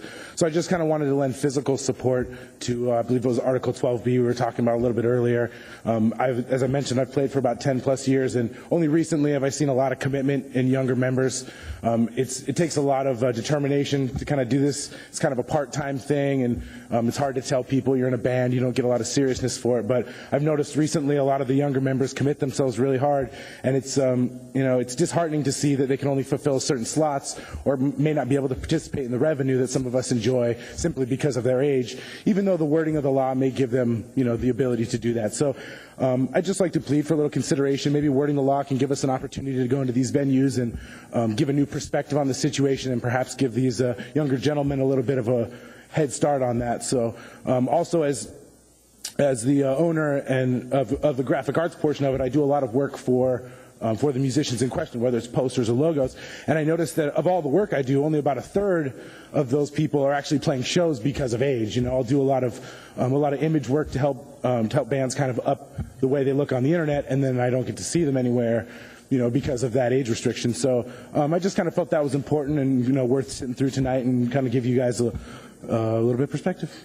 Could you spell your last name, sir? We didn't get it. Oh, it's Hartlieb, H-A-R-T-L-I-E-B. I'm actually George Wesley Hartlieb III. I guess that's important. Okay, thank you. We do have questions. Sure. Mr. Honeman, you're first. First of all, your mother, by chance, Robin? Yes. Okay, I recognize you from somewhere. That link too. The other thing is that Mr. Trainey and I, since that testimony from Mr. Tanguay, have actually had some inquiry done of the administration as the municipal attorney, and we'll be working with our council, and it looks like it may be something we might be able to look in. If there's no sticky wicket somewhere, we might be able to make some amendments. So Thanks for coming out, raising the issue. Thank you very much. It's something we've been working on for a long time for the underage youth, and it's nice to see that it's coming to the forefront. We've been able to group up and kind of solidify that. So any other questions? Ms. Gray-Jackson. Thank you, Madam Chair. I just want to thank you and everybody else that's here on this subject for being a contributing part of our community and being in a band and not in a gang. Thank you. So thank you very much. Thank you, Gangs Madam are more Chair. expensive, actually. Thank you. Thank you. Thank you. That's all. Thank you. My name is John Marte, here representing, supporting Mark and what he was talking about with the underage bands. And I just wanted to point out that row of people back there that are in ties, and they might have dreadlocks and might have some tattoos and piercings and stuff, but they came out because they're representing their trade. And going back to what Wes said, what Mark said, and as a promoter myself, Darren is here as a promoter, and he'll talk here in a second. It's beneficial for us. I work at 94.7 The Inn. We do a lot with the local community. It's beneficial for us, for the clubs, for everybody involved to nurture these underage bands, and the bottom line is we don't have a lot of opportunities for underage shows because it's really difficult with the lack of venues that we have here in town to put on these shows. It's very expensive to put on these shows. And I'm not saying, that we should just automatically shuffle all these kids into a bar, because that's not what we're saying on this. We're saying that they are treated as employees, as, like he said, busboy would be. So I'm just hoping that you guys really, put some thought into this and don't sweep it under the rug. And I understand it was handed over to the attorney and what you guys just said. And I think it's great, and I want to thank you for your time. And And we need the spelling of your last name. Marte. Thank you. Anyone else? And if you could start by spelling your last name. I'll do that. Hello, my name is Darren Hike. I run Hike Entertainment, and it's spelled Huycke. I come on the behalf of the group that we're talking about with issue 12B in this subject, and I represent loosely a lot of these musicians in this town, mostly working with a 21 and up crowd, because the bars are unfortunately where a lot of the money comes for the financials of our entertainment scene when it comes to music, DJs, comedians, solo artists, and even painters in our community right now that are trying to break through and be the ones that are heading what Alaska is being represented. Now, I did like to say that the number of people that were here, and we stuck through 3 hours of a lot of stuff that we learned of today. we're all here to show support and at least show our presence to your assembly and the mayor and the attorney to say, please consider this. Professionally, on my end, I'm creating an economy with representing these bands to get them out to shows, to get them paid for their art, and those that affiliate with it as well, from radio stations to graphics designers to the bars themselves. When it comes to having a successful entertainment, we want to line up what we know and we believe in the most. And unfortunately, with the unclarification of this law and the bars running it the way that they keeps them out of trouble, we sometimes get put onto projects that we would rather have some of these bands that are underage perform at, but unfortunately we cannot do that with this being the issue right now. So I just wanted to commend that, thank you so much for your guys' support, for the time to even listen to us, and for the future looking into this to clarify the law. I mean, the community itself is really going to be impacted by this when it comes to any entertainment realm, and we'd be super thankful for your cooperation. Thank you very much. Anyone else that would like to speak? Hello, Dan Loring again. I'd like to speak on public education a bit. But first, I'd like to thank the Assembly and the Mayor and his staff for doing a very good job, from my viewpoint, concerning the budget and the management of the budget and the leadership of the budget. The Anchorage School District budget, in the next 6 years, I think is produced as a result of the Assembly asking for it to be reduced. I live in Fairview. Students in my neighborhood have tremendous challenges, and the programs that are funded for those challenges, generally speaking, when budgets are tight, are the first budget items to be cut. And so as we go forward to the Education Summit, I think there's a great opportunity to really collaborate and really bring this community together, not the right or the left or right or left, but to find middle ground. When the day is done, the Education Summit is done, teachers will continue to teach, administrators will continue to administer, and no matter what happens with the summit, we can either inspire or people can just kind of dig into their trenches and continue to do their job. And so I think one of the key goals the questions to ask is how do we motivate employees, how do we motivate teachers, and we do that, I think, by bringing everybody to the table, creating meaningful dialogue, and create an urgency that the city desires as a community to be the best educational system in the country. And I think we can do that beginning with the Educational Summit, but I just think it's so important not to be jaded to the left or to the right, but to find common ground for sustainability and to work our tail off to become the best, because I think with the leadership of the Assembly, with the mayor, with the Anchorage School District, we can become the best. But it will be challenging, in my opinion, to bring everyone together. Thank you, sir. Thank you. Anyone else would like to testify? My name is Eric Hanley, and do you want me to spell my last name? Please. Okay, Hanley. I'm also here to talk about, I believe it's 12B. I'm in a band. 3 of us are over 21, 2 of us aren't. One of us, his parents, are very nice. They like to show up all the time. The other one, his dad's dead. His mom's kind of a crazy alcoholic. We had a show at Coots. 15 minutes before we were supposed to play, she decided she wasn't going to be there anymore, so we weren't allowed to play. So it's kind of a big deal for me. A lot of the other kids over there, I think there's only one other one that's 21. There's only one all-ages venue in town. There's one in Eagle River. Otherwise, the only other ones kind of are open sometimes in Wasilla or Kenai. So there aren't many places for us to play. When you think of all the bars that are in town, I mean, there's at least 6 that I can think of right now that have shows every weekend. So we can, if this goes through, you guys said the attorney is talking about it, there's so many more options for us to play. And if only 21 or underage bands aren't allowed to play at the bars, then it's only the same bands that are playing. Not everyone's going to want to go out. More diversity. It would be nice. Kind of lots of ideas exploding on my head all at once. But yeah, that's all I really have to say. Just think it'd be really cool to consider. Be good for us. Be nice. Thank you very much. Anyone else?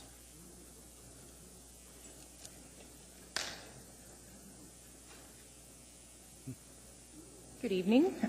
And to the original issue for which I was here, I too wanted to speak out on behalf of 12B. And mostly I wanted you guys to consider something that hadn't been mentioned yet about the situation. And that's that band business and conducting band business consists of much more than just getting up there and playing an instrument. As a band, you are an economic entity. As an artist of any sort, you are an economic entity.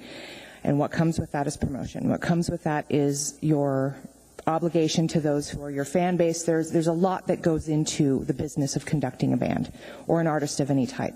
And I would hope that you guys would consider in making the language more defined, seeming as it is defined for the job description of a busser and what would be expected of a busser. It kind of falls short on the side of the artist. And it doesn't really give guidelines as to what would be considered appropriate activities for an artist while on the premises. And I would hope that these bands would have the opportunity to receive feedback from judges, to be able to speak to people about their circumstances, to be able to promote, to sell CDs. Clearly, of course, there should be controls in place for people who are under the age of 21 on the premises that serves alcohol. But it just seems like it's an undue limitation to the economic welfare of a group of adults. They are adults. They can die on foreign shores, but they can't play for 21-year-olds and then sign an autograph. So it just seems that there's a better way we could define that language that would also include those activities. And could you say your name one more time for the record? Yes, Allison Van Eck, V-A-N, new word, capital E-C-K. Thank you. And we do have a question, Mr. Honeman. Allison, and for the rest of the folks in the audience here, hopefully soon we'll have a draft of some language that may pass legal muster. That's what the attorneys are paid for, to look into to see if it passes. When that happens, we'll likely hold a public safety committee meeting and have public testimony, and when it's introduced, there'll be, just like you did tonight, there'll be an opportunity for people to come testify. I don't know that there'll be people opposing it, but you might find people coming out saying it's not a good idea. Maybe the all-adult bands that don't want to compete with some of the younger members. I don't know. So far, fortunately, the scene in Anchorage has come across extremely cohesive. I was impressed. I came to a meeting that they hold regularly at the Horn Doctor to find that there was many, many, many uncomfortable folding metal chairs stuffed with kids that were interested in putting some real professional effort into what they do. And it moved me to come here and speak on some of their behalf. It's just probably, it's not going too late, but it looks like we got a pretty packed house already. Actually, this is a fraction of who shows up every week. Well, you can contact either of these two gentlemen who've indicated some interest. You can get their contact information off the municipal webpage or talk to them after the meeting. All right? I'm sure I'll be able to find them. Thank you. All right. Anyone else? Hearing and seeing no one, the next item on our agenda is to comments. I'm sorry. Does anybody have any comments, Assembly? All right, then a motion would be in order? Second. We're adjourned.